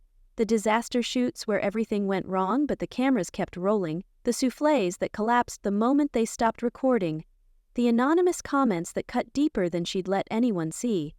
All the pieces of her life that Noah hadn't been part of, offered up now like payments against a debt of absence. "And then my poor assistant had to edit out 14 straight minutes of me trying to get caramel out of my hair," she finished, realizing she'd been rambling. "Sorry. I talk when I'm nervous." "You've always talked when you're nervous," Noah said, but her voice held warmth. "Some things don't change." Ren smiled, accepting the observation for the recognition it was. "What about you? 3 years is a long time." Noah sifted flour as she considered the question. "Less dramatic than your adventures. I stayed in restaurant kitchens until last year, took on Gabby as an intern after that." "That's it? No hilarious disasters?"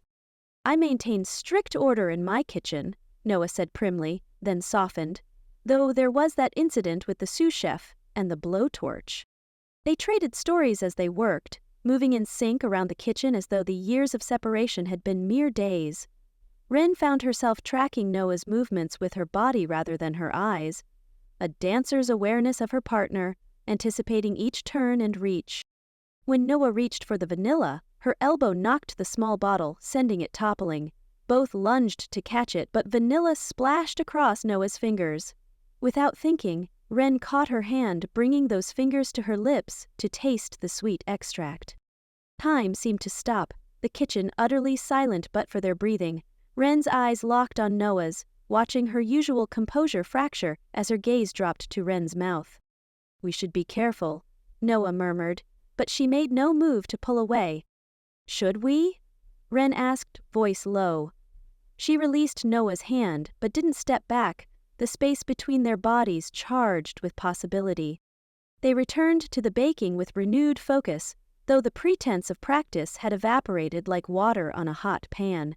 Every movement felt weighted with intention now, carried them closer together through a choreography more honest than any they'd performed on camera. Ren reached for a knife from Noah's roll rather than fetch her own from the drawer, a small liberty that didn't escape Noah's notice.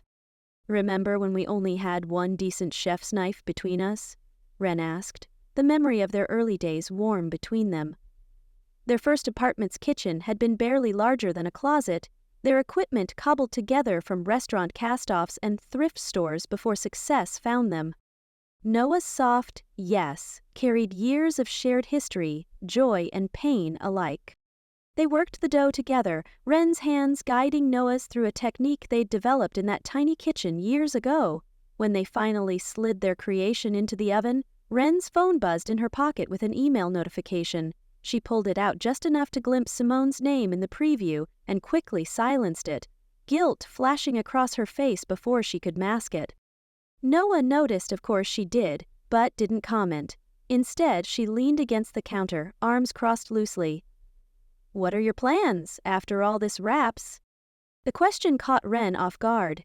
It hung between them, loaded with subtext. What happens when the cameras are gone for good? What happens to us? "I haven't decided," Ren said carefully. "There are options. Always are for you." Something in Noah's tone made Ren look up sharply, but there was no bitterness in her expression, just quiet observation. "And you, back to restaurant kitchens?" Ren asked. Noah shrugged one shoulder. "Maybe, though I'm starting to see the appeal of a different pace." Ren's heart squeezed with cautious hope. "Noah!" "Tell me something real," Noah interrupted. "Something nobody watching your videos knows." The request was so unexpected that Ren answered without filtering. "It's quieter than people think. My life, I mean. Sometimes lonely." She hesitated, fingers tracing patterns in spilled flour. "I kept cooking your recipes, the ones we created together. It felt like having a piece of you still with me." The confession hung in the air between them, more vulnerable than any of the playful flirtation they'd exchanged on camera. Noah's expression softened, the careful guard she maintained dropping away. She reached out, thumb brushing flour from Ren's cheek, but her hand lingered, cupping Ren's face. "I've been angry for so long," she admitted quietly. "At you? At myself? It was easier than missing you." Ren turned her face into Noah's palm, placing a kiss there that made Noah's breath catch. "I never stopped missing you," she confessed, "even when I was trying to hate you." The timer dinged, startling them both. Noah pulled away to retrieve their creation from the oven, and Ren felt the loss of contact like a physical ache. The scent of caramelized sugar filled the air, rich, complex, intentionally burnt to the edge of bitter. They stood over it together, shoulders touching as they admired their work. The caramel tart gleamed golden duck under the kitchen lights, the exact color they'd argued about for weeks while developing recipes for their first pop-up dinner. Noah had always preferred a lighter caramel. Ren pushed for that edge of bitterness that made the sweetness more complex. Today, Noah had let her lead. "It's perfect," Ren whispered. Knowing Noah would understand, she meant more than just the dessert. The air between them was charged, heavy with all that remained unsaid. Ren found herself watching Noah's profile, cataloging each familiar angle and new line that time had etched. Finally, unable to bear the tension, Ren dipped her finger into the still-hot caramel and offered it to Noah. "Taste?" Noah hesitated only briefly before leaning forward to taste it from Ren's finger, maintaining eye contact in a way that made heat pool low in Ren's belly. Her lips closed around Ren's fingertip, and the moment stretched between them, charged, intimate, inevitable. "I wanted you then," Ren said, voice low and certain. "I want you now." Noah's response was to step closer, one hand coming up to cradle Ren's face. "Show me," she whispered against Ren's lips.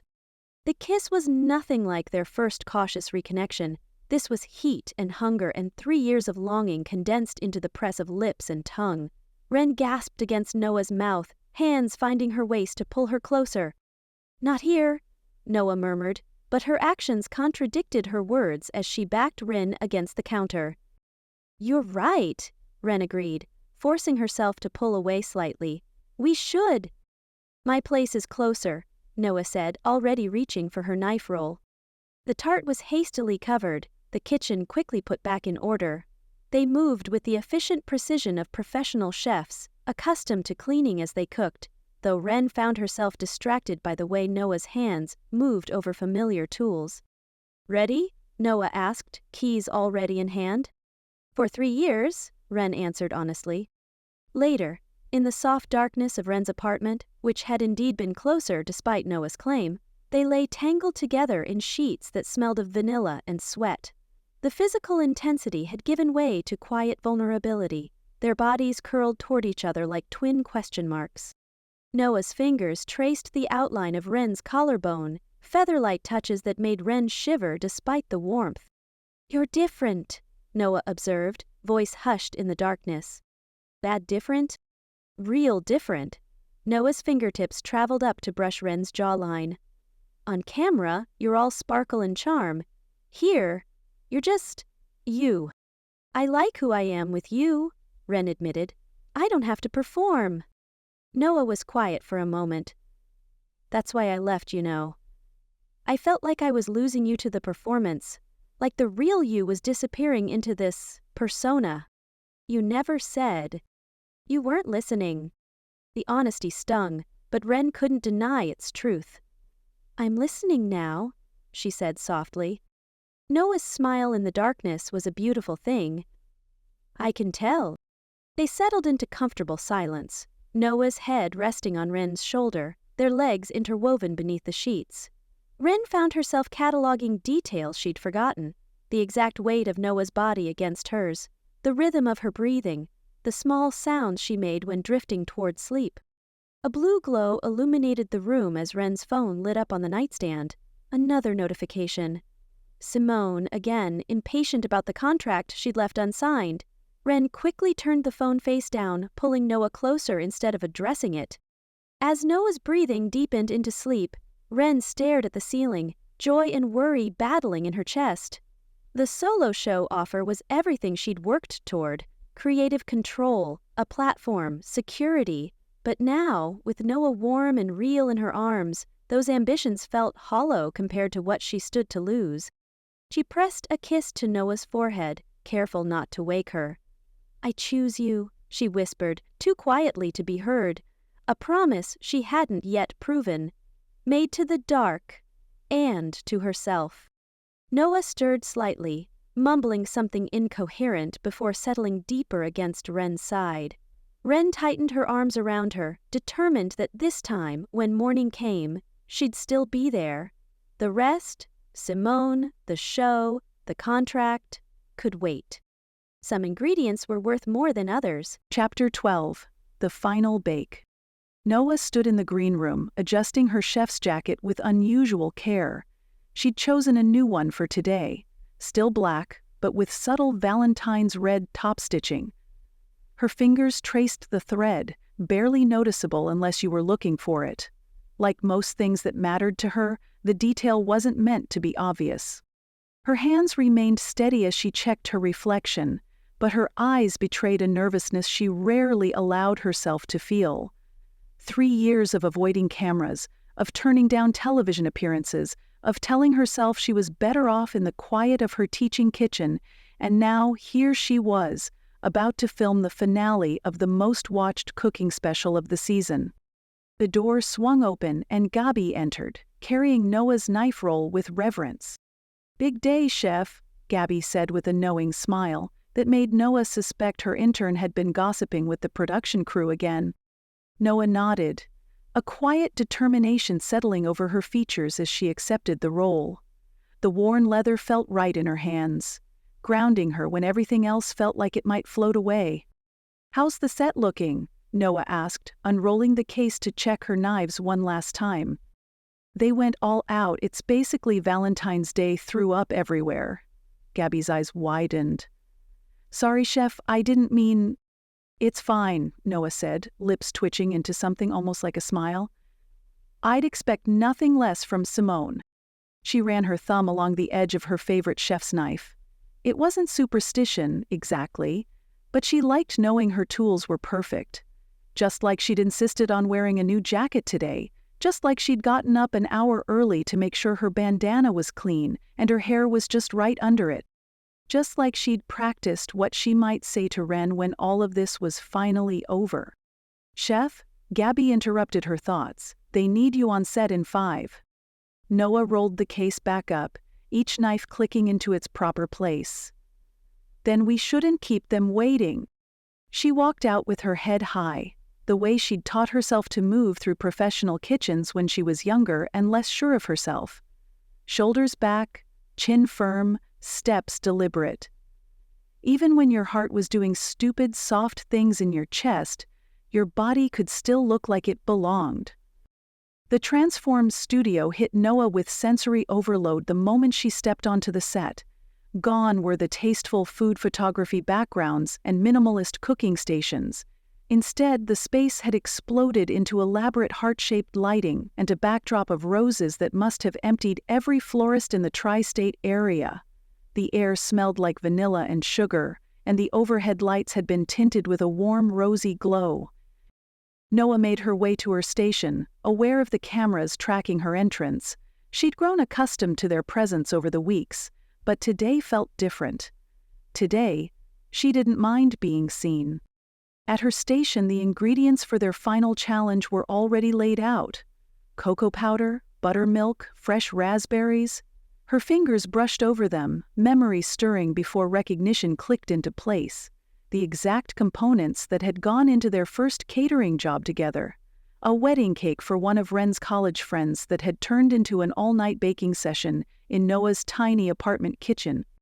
They'd argued over the proportions, hands covered in batter, red food coloring staining their fingertips for days afterward, and then, when the bride had called to rave about it, they'd celebrated with cheap champagne and fallen asleep on Noah's couch, tangled together and exhausted. A flutter of movement at the entranceway pulled Noah from the memory. Wren had arrived to enthusiastic applause. Her entrance, as bright as Noah's, was understated. Her hair fell in soft waves with tiny heart-shaped clips capturing the light, and she wore a custom apron with the final whisk embroidered across it in glittering thread. Even from across the studio, Noah could see her beaming, waving to the audience with the easy confidence that had once made Noah feel simultaneously proud and insecure. Now, watching Wren work the room, Noah felt something simpler. Admiration, tinged with a warmth she'd stopped fighting against. Their eyes met across the set, and a small smile passed between them, a private moment in the midst of the spectacle. Noah realized with a start that she could read the nervousness in Wren's expression too, visible only to someone who knew what to look for. When Wren finally took her place beside Noah, she whispered, "Ready for this?" Noah surprised herself with how easily the answer came. "With you? Always." Simone walked onto the set in a crimson suit that somehow managed to outdo even the elaborate decorations. She greeted the audience with practiced enthusiasm before turning to Noah and Wren with a gleam in her eye that Noah had learned to recognize as trouble. "Today," Simone announced, her voice carrying dramatically, "our chefs face their final challenge." She paused for effect, cameras panning across their faces. "Create a dessert that tells your love story." The audience erupted in cheers while Noah and Wren exchanged glances of surprised recognition. They'd already planned exactly that without knowing the prompt. A recreation of that first wedding cake, but elevated with everything they'd learned since. Without discussion, both reached for the same ingredients, their movements synchronized from years of cooking together and weeks of rediscovering that rhythm.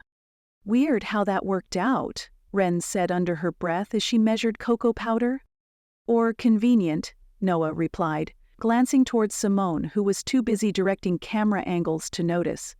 "I suspect our showrunner has been eavesdropping. You think?" "Ooh, nothing Simone loves more than life imitating her art." Wren laughed, the sound loosening something in Noah's chest. "Then let's give her and everyone watching the best damn love story cake they've ever seen." As they began preparing the red velvet cake batter, Noah found herself more relaxed than she'd been on camera since, well, possibly ever. Her usual rigid precision hadn't disappeared, but it had softened, guided by something warmer than perfectionism. When she reached for the measuring cups, she didn't check them twice. When Wren suggested an extra drop of vanilla, she didn't argue. Wren's playfulness emerged as she worked, humming under her breath, occasionally narrating for the cameras in the exaggerated voice that used to irritate Noah but now just seemed endearing. When she caught Noah smiling at her antics, she dipped her finger in the cocoa powder and playfully dabbed a spot on Noah's nose. 3 weeks ago, Noah would have frozen or pulled away, annoyed at the break in professionalism. Today, she surprised everyone, herself included, by reaching over to leave a similar mark on Ren's cheek. The audience sighed audibly at the small, affectionate gesture, while Ren's eyes widened in delighted shock. "Jeff No Fun has left the building," Ren stage whispered, beaming. "He had to eventually," Noah replied quietly. "You were always too much fun to resist." Noah focused on preparing the raspberry glaze while Ren mixed the cake batter. Her hands moved with muscle memory, the recipe as familiar as her own reflection despite the years. The tart scent of crushed berries mixed with the sweetness of sugar reminded her of that first night, of the mistake they'd made. "Raspberries needed more sugar," she murmured to Ren, measuring out precisely the extra amount they'd learned was necessary. Ren responded with a laugh, stirring the buttermilk into the batter. "And you added it when I wasn't looking. You were so sure your proportions were perfect." "I was wrong," Ren said simply, the words carrying more weight than the conversation required. "Good thing you fixed it." The exchange captured the attention of nearby microphones, the casual intimacy of shared history visible to everyone watching. Noah caught Gabby's wide-eyed look from the sidelines and realized her intern had never seen this side of her before. The Noah who could joke and tease, who remembered recipes through the stories attached to them rather than just precise measurements. While the cake layers baked, filling the studio with rich chocolatey aroma, the host circled back to interview them about their inspiration. Noah braced herself for the questions, her reflex to retreat into professional detachment still strong. "So," the host asked. "Red velvet cake. It's a classic Valentine's dessert, but I sense there's more to this choice." Noah opened her mouth to give a generic answer about tradition and flavor profiles, but caught Ren watching her with that soft, hopeful expression she'd been wearing more often lately. The camera lights suddenly seemed less harsh, the audience less intimidating. "This was the first wedding cake we ever made together," Noah found herself saying, her voice steady and unexpectedly open. "The bride told us later they stayed married for the cake." The audience laughed, and Noah glanced at Ren, surprised by her own comfort with sharing their story. Ren's face shone with something that looked like pride. "It was a disaster behind the scenes," Ren added, picking up the thread of the story. "My fault. I insisted we could do 3 tiers for our first big commission." "And I insisted on raspberries in February," Noah countered, feeling the old argument transform into something fond in the retelling. "We stayed up all night," Ren continued, her voice softer, "arguing about proportions. And still delivered it on time," Noah finished. "Somehow." The timer chimed, bringing them back to the present task. As they removed the cake layers from the oven, the rich scent of red velvet filled the air, and Noah felt a strange sense of completion. The circle that had started in her tiny kitchen years ago was somehow closing here, under bright lights and surrounded by cameras. They worked side by side to assemble the 3 tiers, their hands moving in perfect coordination, Noah providing structure and stability, while Ren added artistic flourishes. When Noah automatically reached for the offset spatula at the exact moment Ren offered it, Gabby whispered audibly to another crew member, "They're literally finishing each other's sentences without speaking." The comment made Noah smile rather than retreat into self-consciousness. It was true. They had always been like this in the kitchen, even before they'd become a couple. It was what had drawn Noah to Ren in the first place, the effortless connection that made cooking together feel like dancing. The final touches required absolute precision. Noah held her breath as Ren piped delicate raspberry hearts along the border, her hands steady and sure. When their creation stood complete, a stunning red velvet cake with graduated tiers and a mirror-shine raspberry glaze, they stepped back together to admire it. Noah's hand found Ren's behind their backs, squeezing gently in shared pride. This time the cameras caught the gesture, and a murmur rippled through the audience. "I think we did it better this time," Ren said softly. "We had more practice," Noah replied. "And better ingredients." The judges circled their creation, offering enthusiastic praise for the balance of flavors and technical execution. One judge, a renowned pastry chef Noah had always respected, asked what made them choose this particular dessert. Noah opened her mouth to give her standard professional response about tradition and audience expectations, but instead found herself looking directly at Ren. The studio lights and cameras faded from her awareness. In this moment, it was just the two of them, standing beside something they had created together twice. Once at the beginning and again now, after everything. "Some things are worth trying again," Noah said, her voice steady and clear. The words echoed through the studio, their double meaning unmistakable. The audience erupted in applause and cheers as Ren's eyes filled with tears. Under the noise, Noah added, "For Ren alone, even if you get the recipe wrong the first time." Ren's responding smile was blinding in its authenticity. "I think we got it right this time." "The flavors," the judge continued, oblivious to the conversation happening beneath the surface, "are perfectly balanced. The tartness of the berries against the richness of the chocolate. It creates a tension that works." "Like the two of you," Simone called from off-camera, unable to resist interjecting. The audience laughed and whooped, but Noah barely heard them. She was watching Ren's face, the way her eyes shone with unshed tears, the way her smile trembled slightly at the edges. The same expression she'd worn the first time Noah had told her she loved her, in a dimly lit kitchen with flour in her hair. As the judges announced their glowing verdict and confetti began to fall from the ceiling, Noah made a decision. She had spent years hiding behind professionalism, choosing privacy over vulnerability. And it had cost her the best thing in her life. She wasn't going to make that mistake again.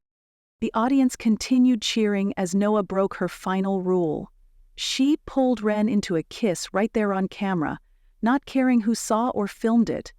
Her hands framed Ren's face with gentle precision, as carefully as she'd handle the most delicate pastry. The studio erupted into even louder applause, camera flashes catching the moment from every angle. When they parted, both slightly breathless, the celebration around them reached fever pitch. Noah noticed Simone giving them a thumbs up through happy tears, and for once, she didn't mind being part of the showrunner's vision. This felt real and earned. Cameras. She turned back to Ren, her usual guarded expression completely gone, replaced by open joy as she whispered, "I think we nailed the recipe this time." Ren's laugh was watery with emotion as she whispered back, "To be fair, we've been practicing for years." Noah kept her arm around Ren's waist as they faced the judges for the final verdict, though they both already knew what mattered most had already been decided between them, in quiet moments off camera and in the synchronicity of their movements on set. Whatever happened next, spin-offs or contracts or ordinary Tuesday nights at home, they would face it together, finally reading from the same recipe. Chapter 13. The Real Deal. Rin stood in the eye of the hurricane, feeling strangely calm as chaos swirled around her. Crew members dismantled the Valentine special set piece by piece, folding tables, wrapping cords, wheeling away cameras. The bubble of contentment surrounding her felt almost tangible, a fortress against the noise and motion. Her fingers traced the embroidered final whisk emblazoned across her apron, the threads catching slightly against her calloused fingertips. Across the room, Noah gestured animatedly to Gabi, who nodded with that star-struck expression Ren had come to find endearing. Noah's face was transformed. The stiff, guarded chef who'd walked onto the set 2 weeks ago, replaced by someone who laughed freely, whose hands painted stories in the air as she spoke. "When you add the pomegranate molasses," Noah was explaining, "you need just a touch." "Just enough to make people wonder what they're tasting," Gabi finished, beaming when Noah nodded approvingly. Watching them, Ren felt a flutter of recognition. She'd been that eager culinary student once, hanging on Noah's every word in a cramped restaurant kitchen years ago, before the social media fame, before the breakup, before everything got complicated. "There you are." Kestrel barreled toward her, fuchsia hair bouncing, phone extended like an offering. Her sneakers squeaked against the polished floor as she skidded to a stop, practically vibrating with excitement. "Have you seen the numbers? You two are everywhere. Exes No More is trending #1. Kestrel thrust her phone into Wren's face, screen flashing with metrics and engagement stats. The clip of Noah saying, "Some things are worth trying again," has been shared 12,000 times in the last hour. Wren smiled, genuinely touched, but her eyes drifted back to Noah rather than focusing on the screen. "That's amazing." "Amazing? It's career-defining." Kestrel scrolled through TikToks that had already remixed their final moment with emotional music overlays. "The algorithm is obsessed with you two. Look at this edit. Someone combined all your little touches and glances throughout the season." "I'm sobbing." "It's all very..." Wren's voice caught as Noah looked up, caught her staring, and sent a private smile across the room. "Very overwhelming." "Overwhelming? It's just getting started." Simone's already fielding calls from Wren. "There you are." Speaking of the devil, Simone Clerk approached with purposeful strides, tablet tucked under one arm, a thick contract in her other hand. Her high heels clicked a victorious rhythm against the floor. "There she is, our breakout star." Simone's voice was triumphant, already calculating future success. "The network execs are ecstatic. They want to fast-track your solo series." Wren felt the weight of the moment settle on her shoulders. She glanced back at Noah, who was now helping pack equipment, unaware of the conversation happening across the room. The juxtaposition wasn't lost on her. Noah folding away their shared moment while Simone unfurled Wren's separate future. "We should talk about this somewhere quieter," Simone said, noticing Wren's distraction. Lots of exciting details to cover. Simone guided her away from the bustle, toward a corner partially screened by a rolling rack of aprons and chef whites. Once they were relatively secluded, she laid her tablet on a nearby equipment case, swiping through mock-ups and promotional materials. "We're calling it Whisking with Wren, though we're flexible on the name." Simone's polished fingernail tapped through slides that showed Wren's face emblazoned on everything from cooking utensils to wine bottles. 6 episodes expanding to 13 if viewership holds, which it will. We're talking merchandise opportunities, cookbook deals, maybe even a product line. Wren absently twirled her signature glitter-handled whisk between her fingers, watching how the studio lights caught on its surface, scattering tiny rainbows. The contract sat untouched between them. The offer was everything she once thought she wanted. Everything she'd been working toward since her first viral video. "My connections at Gourmet Home are already interested in a partnership," Simone continued, barely pausing for breath. "We could launch your whisks nationwide by summer. The Wren collection has a nice ring to it, doesn't it?" The whisk felt suddenly heavier in Wren's hand. She'd named it Glinda years ago, a silly habit Noah used to tease her about before adopting it herself. "Pass me Dorothy," she'd say, reaching for the ruby-red spatula. "What about Noah?" Wren interrupted, her voice quieter than she expected. Simone paused, recalibrating. "We could have her guest star occasionally, of course." Her tone shifted from excited to strategic. "Maybe a Rivalry episode? The fans would love it. We'd highlight your different approaches. Her technique versus your accessibility. Might be good for quarterly ratings." The reduction of their relationship to a rating strategy suddenly felt hollow, even offensive. Wren shook her head slowly, certainty settling over her features. "Ain't saying no to the solo show, Simone." Simone blinked, her momentum derailed. "I don't think you understand what's being offered here." "I understand perfectly," Wren said, her voice gentle but firm. "But I have a counter-offer." She set down Glinda and leaned forward, hands sketching a different vision in the air as she spoke. A show featuring both of us, not as rivals, as partners. Noah's technical expertise, my accessibility, classical techniques with modern twists. The idea took shape as she articulated it, becoming more solid with each word. Think about it. She grounds me, I elevate her. It's balance. Simone tilted her head, already calculating. The audience does love your dynamic, but this only works if it's us, Ren concluded, picking up her glitter whisk and holding it out like passing a baton.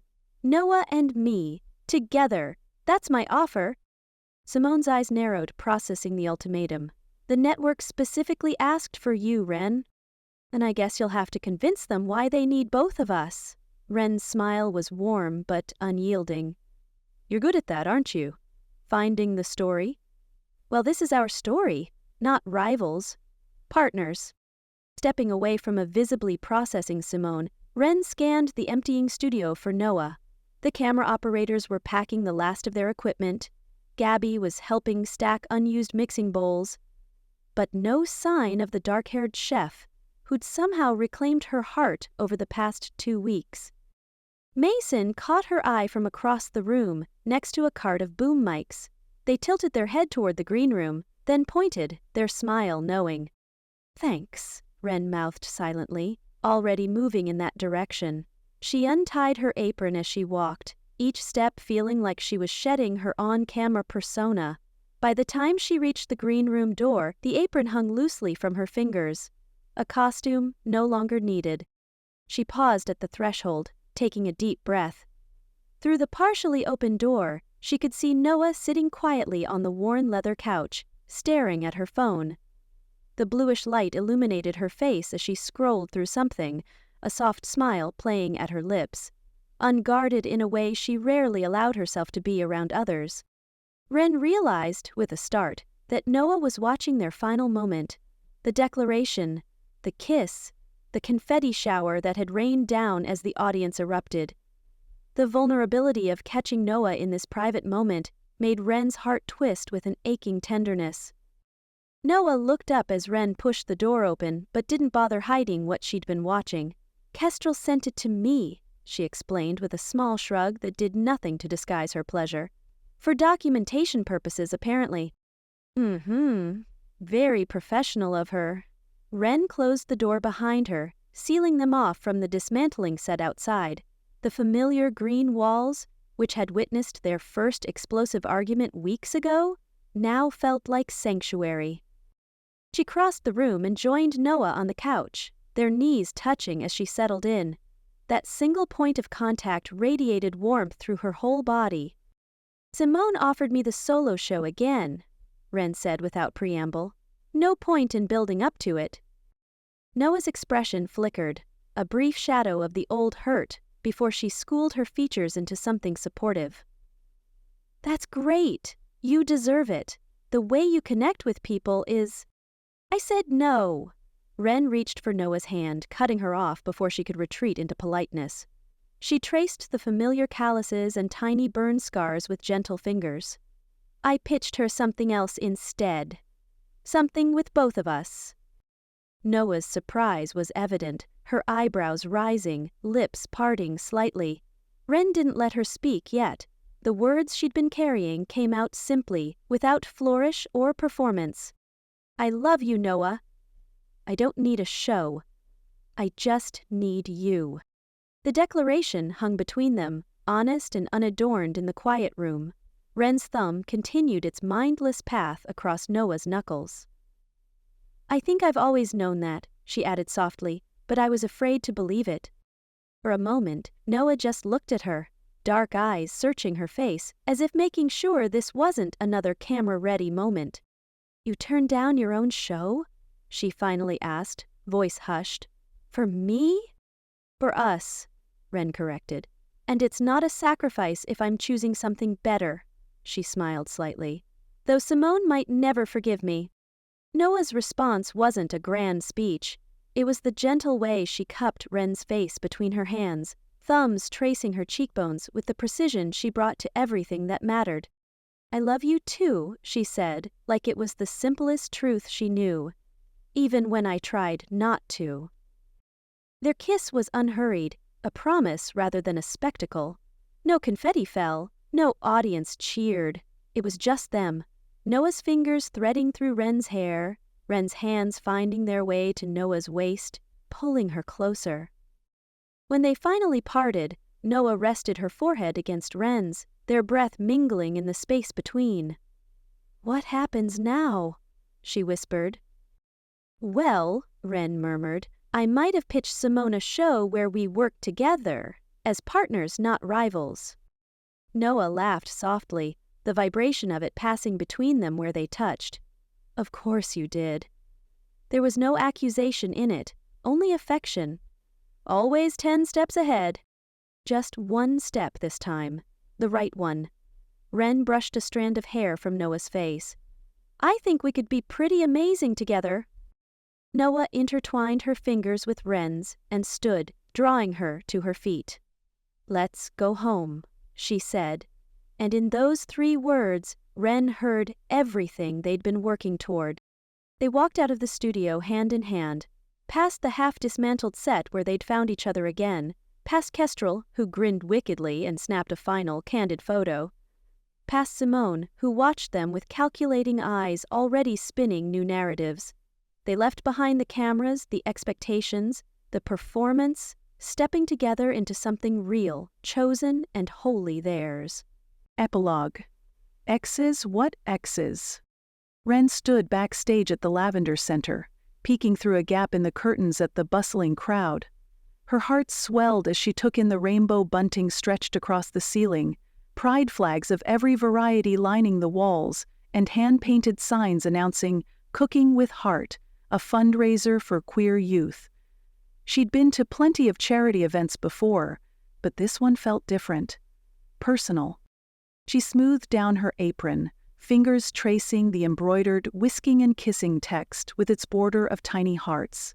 Mason had given it to her this morning with his trademark dry delivery. "In case anyone forgot, you two are disgustingly in love." She'd hugged him so hard he'd complained about rib damage.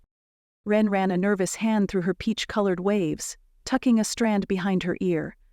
6 months ago, she would have been meticulously planning her entrance, rehearsing one-liners, perfecting her camera angles. Now, oddly enough, she felt calmer knowing this wasn't a performance. "You're going to wear a hole in that curtain," came a familiar voice behind her.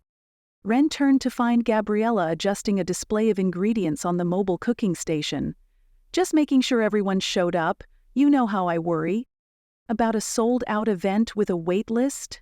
Gabby raised an eyebrow, channeling Noah's signature skepticism so perfectly that Ren laughed.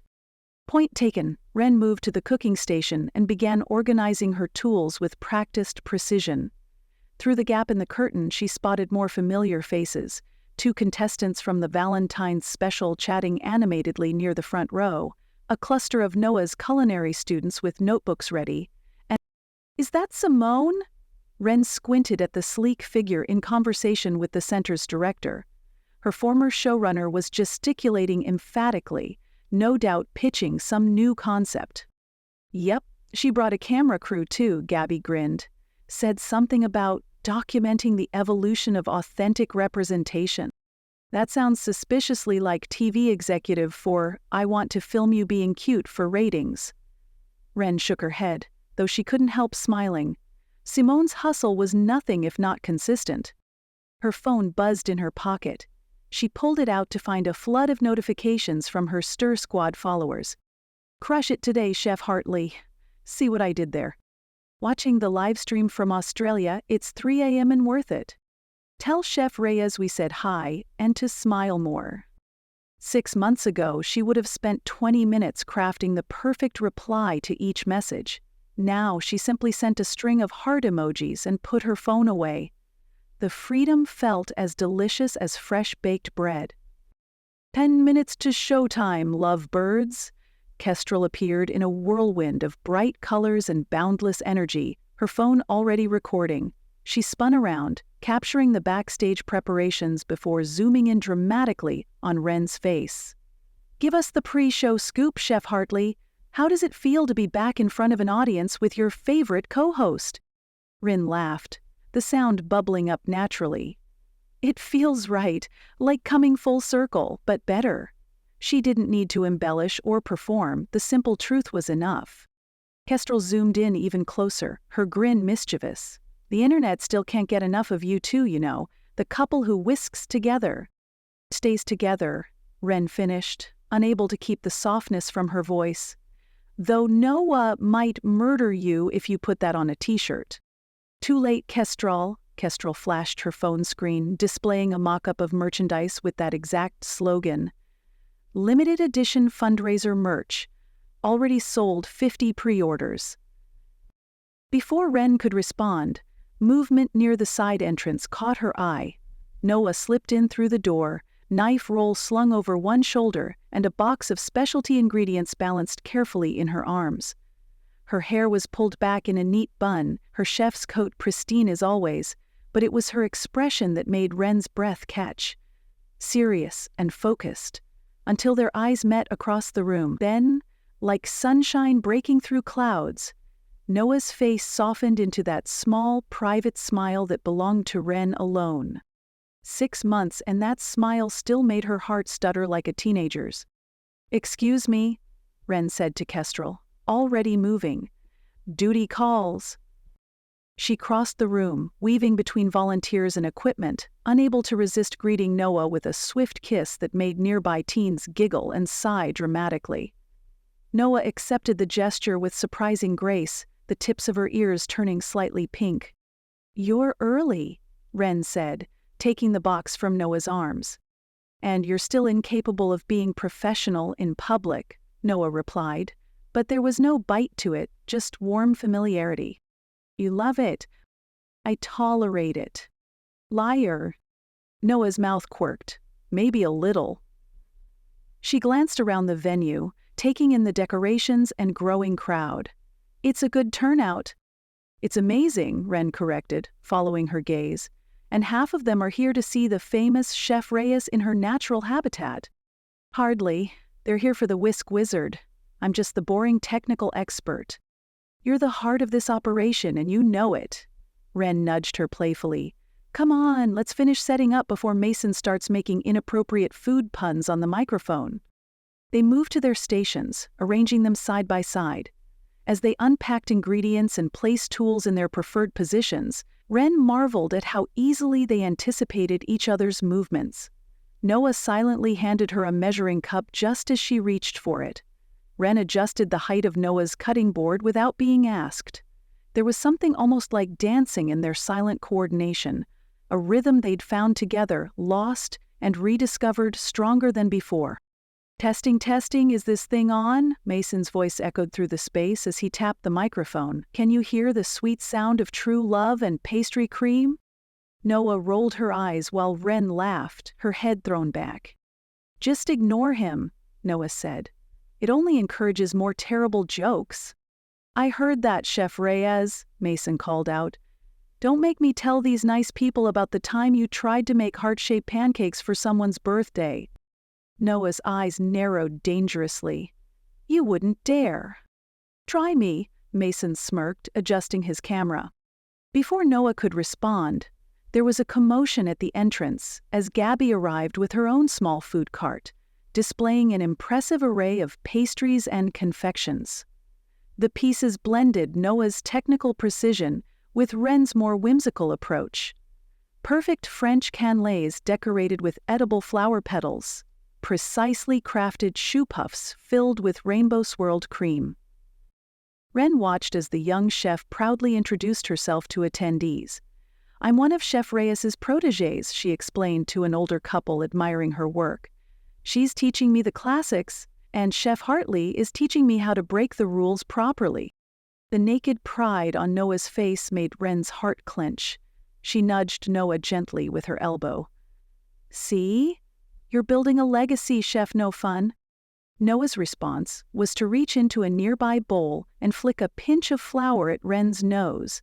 The playful gesture, so unlike her former rigid self, caused several nearby staff members to do comical double takes. "Did Chef Reyes just have fun?" Kestrel stage whispered, capturing the moment for posterity. It happens occasionally, Rin stage whispered back, wiping flour from her face, usually when no one's looking. The center director approached the stage, signaling 5 minutes to start. Ren took a deep breath, centering herself. She didn't need to become someone else for the cameras anymore. This was just her and Noah, doing what they loved, for people who mattered. When the demonstration began, they fell naturally into their rhythm, Ren taking the lead on audience engagement while Noah focused on technique. They were making rainbow macarons with buttercream filling, a technically challenging recipe that yielded visually stunning results.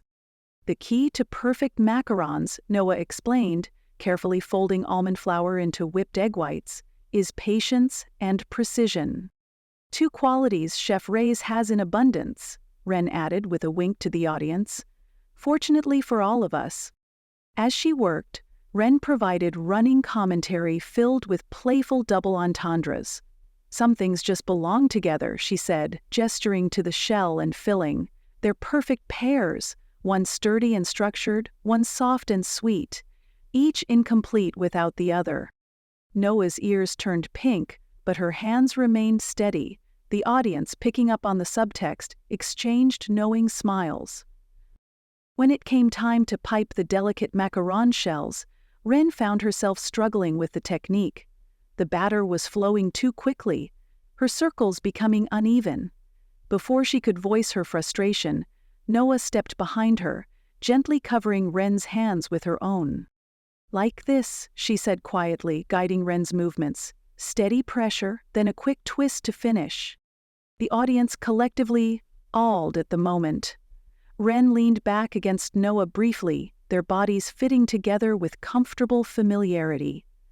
"We might need to edit this for excessive cuteness," she stage whispered, making the crowd laugh. "I'm sure Kestrel already has a slow-motion version with romantic music," Noah murmured near her ear. As the macarons baked, filling the space with a sweet, warm aroma, they moved to taking audience questions. Hands shot up around the room. "How did you perfect that folding technique?" asked a culinary student with notebook in hand. "By failing repeatedly," Noah answered with surprising candor. "It's not about never making mistakes. It's about learning from each one." A shy teen with multicolored braids raised their hand tentatively. "I want to be a chef, but not like a traditional one. Everyone keeps telling me to focus on classical techniques first, but..." They trailed off, uncertain. Ren glanced at Noah, expecting her, with her classical training and traditionalist background, to emphasize fundamentals. Instead, Noah leaned forward, her expression thoughtful. "Classical techniques are tools, not rules," she said. "Yes, you should learn them, but only so you know exactly how and when to break them. The most important thing is finding your own voice in the kitchen." Ren watched her with undisguised affection, her heart so full it felt like it might burst. "I love you," she whispered when Noah finished speaking. Noah didn't reply verbally, just squeezed Ren's hand. A gesture that 6 months ago would have been unthinkable in front of cameras, but now came naturally. An elderly gentleman in a rainbow bow tie raised his hand next, eyes twinkling with mischief. "Are you two still exes or..." The audience laughed knowingly. Ren took the microphone, feigning confusion as she glanced at Noah. "Ex what now?" She paused for comedic effect, enjoying the anticipation on the audience's faces. "I think the technical term is disgustingly in love, right, Chef Reyes?" Noah rolled her eyes dramatically, but didn't contradict her.